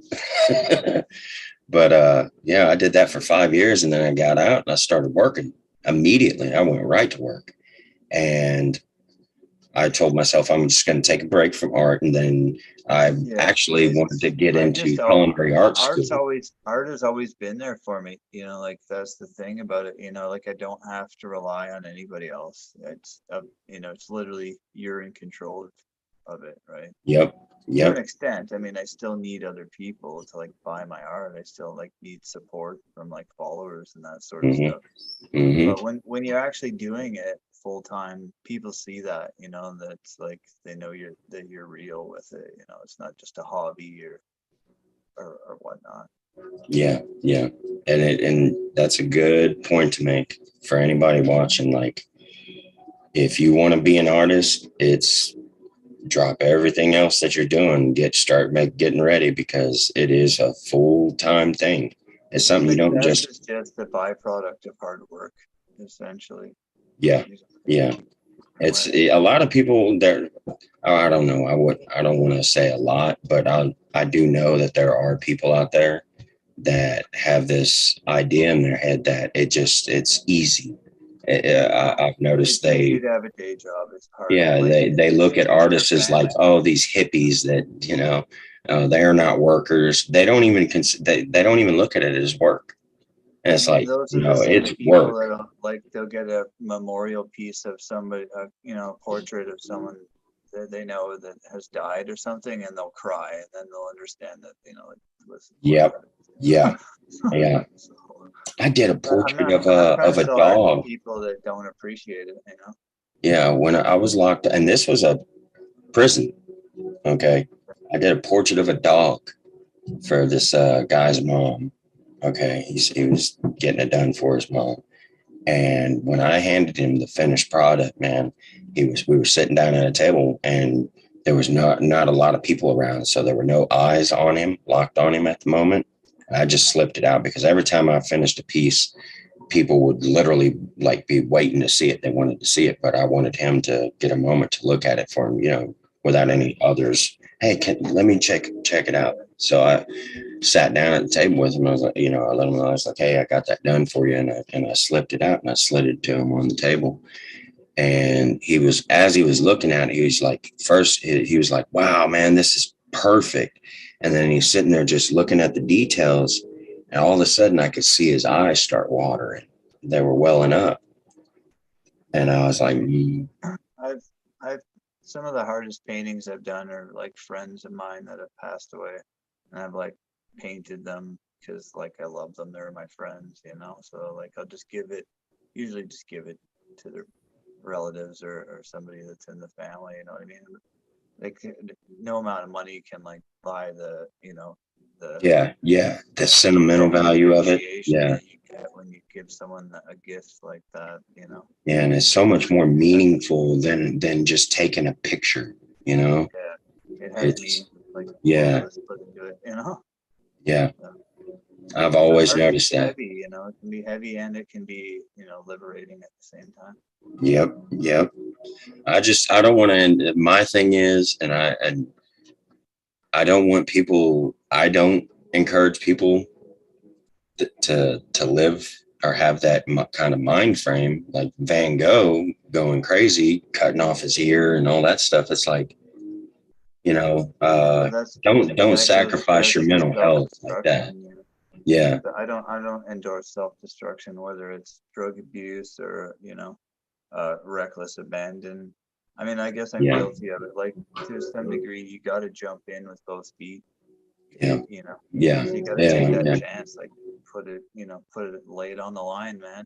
Mhm.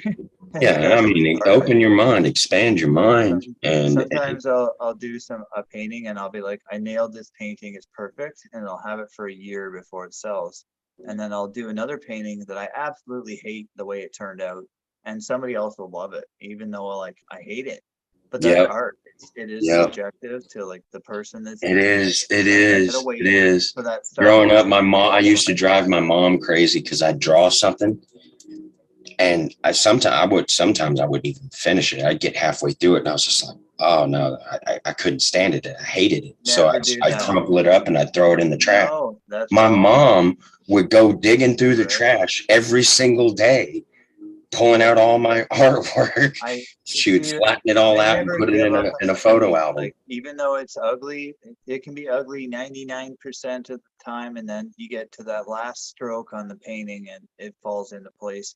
So don't like ever abandon a painting half. That's the worst thing you can do is give up halfway because it's not Yeah. done till it's done, man. Yeah. You know, Well, right? like I said, that was a lesson I learned over time. But as a kid, I was terrible.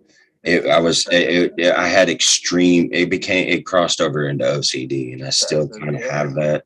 Yeah, I was obsessive compulsive disorder all the way. Like yeah. it My had to art be mentor tried to perfect. And loosen me if up. it wasn't exactly how I liked it, Right. what I wanted, then nope. No point in starting over because I drew using cheap pencils, growing up, Yeah. using those cheap pencils and those cheap erasers. You can't erase that. It just smudges the whole thing. And it was just like, fuck out. Yeah, my twin Gosh. was the same way. He would do like really intricate like cross hatching, and if he got like a line wrong, Mm, mm. that's Oh, and funny. I I love did that's cross another one, hatching for my stippling and painting. cross hatching. What people, for anybody watching, and I'm a stickler about this because I've done both. I can do cross hatching, and stippling. Yeah, it's Okay, basically just parallel lines, and then you cross them to do shading. But yeah, it's time. uh, It's yeah, so tedious, it so tedious. is. That But I've seen artist, some amazing stippling right? artists. That artist Gustav Yes, yes, I love his artwork. 1400. It looks like a freaking computer laser printed the damn thing. I know, right? I'm like, wow, blown away. Every piece I've ever seen by Gustav is, I'm just like, wow. No, and this is like 400 years ago. It's not like, it's not, wow. Yeah, yeah. But anybody watching, what stippling is, what most people know it by, is dot art. Yeah, thank you. I knew you would know, but there is a technical term, and it's actually called stippling. Right. But yeah, what's his name? Oh, he was another artist that was real heavily influenced by Alex Gray. Oh man, it's hard to think of his name right now, but that's the kind of art he did, was stippling. And he put out some amazing art, like, when that's the one benefit from it though. If you have the fortitude to follow through with it, it comes out looking absolutely fucking amazing. True. With me, I like to keep my art within 2 days it takes to do it. Otherwise I got to charge more than a couple $100. So It's like, I don't. Some artists are like, oh, this painting took me 8 months and I want $5,000 for it, and they'll just like never sell it. Oh, I know. I see that all the time. Please don't make the mistake of being like that. Any budding artists, just a heads up. A lot of people seem to make this common mistake when they're breaking into art, is that they can just like paint anything. I see a lot of these artists that have these huge canvases. They'll buy a huge canvas, spend all this money on all these art supplies, these oil paints and acrylics and all that stuff, and they'll paint a horse grazing through a field, okay, and then ask $4,000 to $5,000 for it, and sit there and post it to every freaking art group in the world, and they can't seem to figure out why they can't sell it. Oh, I'm starving. I'm like, lower your prices. Okay. Lower your prices. You don't, and not only that, I recommend, if you're starting out and you really want to get your name out there, don't start off doing massive canvases. When I started doing art, I started selling like $10 sketches. Like, that was like, where I started. And I would sell like a little drawing for $10. Yep. And like every year I give myself like a $10 raise. Yep. That's the way it works too. The better you get, because you're getting in practice. Kaylee Michelle Bennett, she's another one. I remember becoming friends with her. Yeah, I know you know her. I remember back when I first met her through Facebook, and her art was very colorful and very imaginative. The girl's got an imagination. She had a whole storybook, wrote out, but over the course of time, I've seen her art improve in leaps and bounds. Now she's putting out really good stuff. What's that? I've noticed that too. She's really coming into her own style now. Mm-hmm. And Silvio Vieira, he's another one. Silvio Vieira, I'm sure you've seen him. I have trouble saying his last name, but I remember when he first, and you guys I've added you guys all to Artists for Artists. But yeah, I remember when he was starting out, especially before he started getting into digital art. He was mostly just hand drawn and stuff. From that time, and that was already amazing, great work. And he was a lot darker back then too. His artwork was a lot more edgy and dark artish kind of.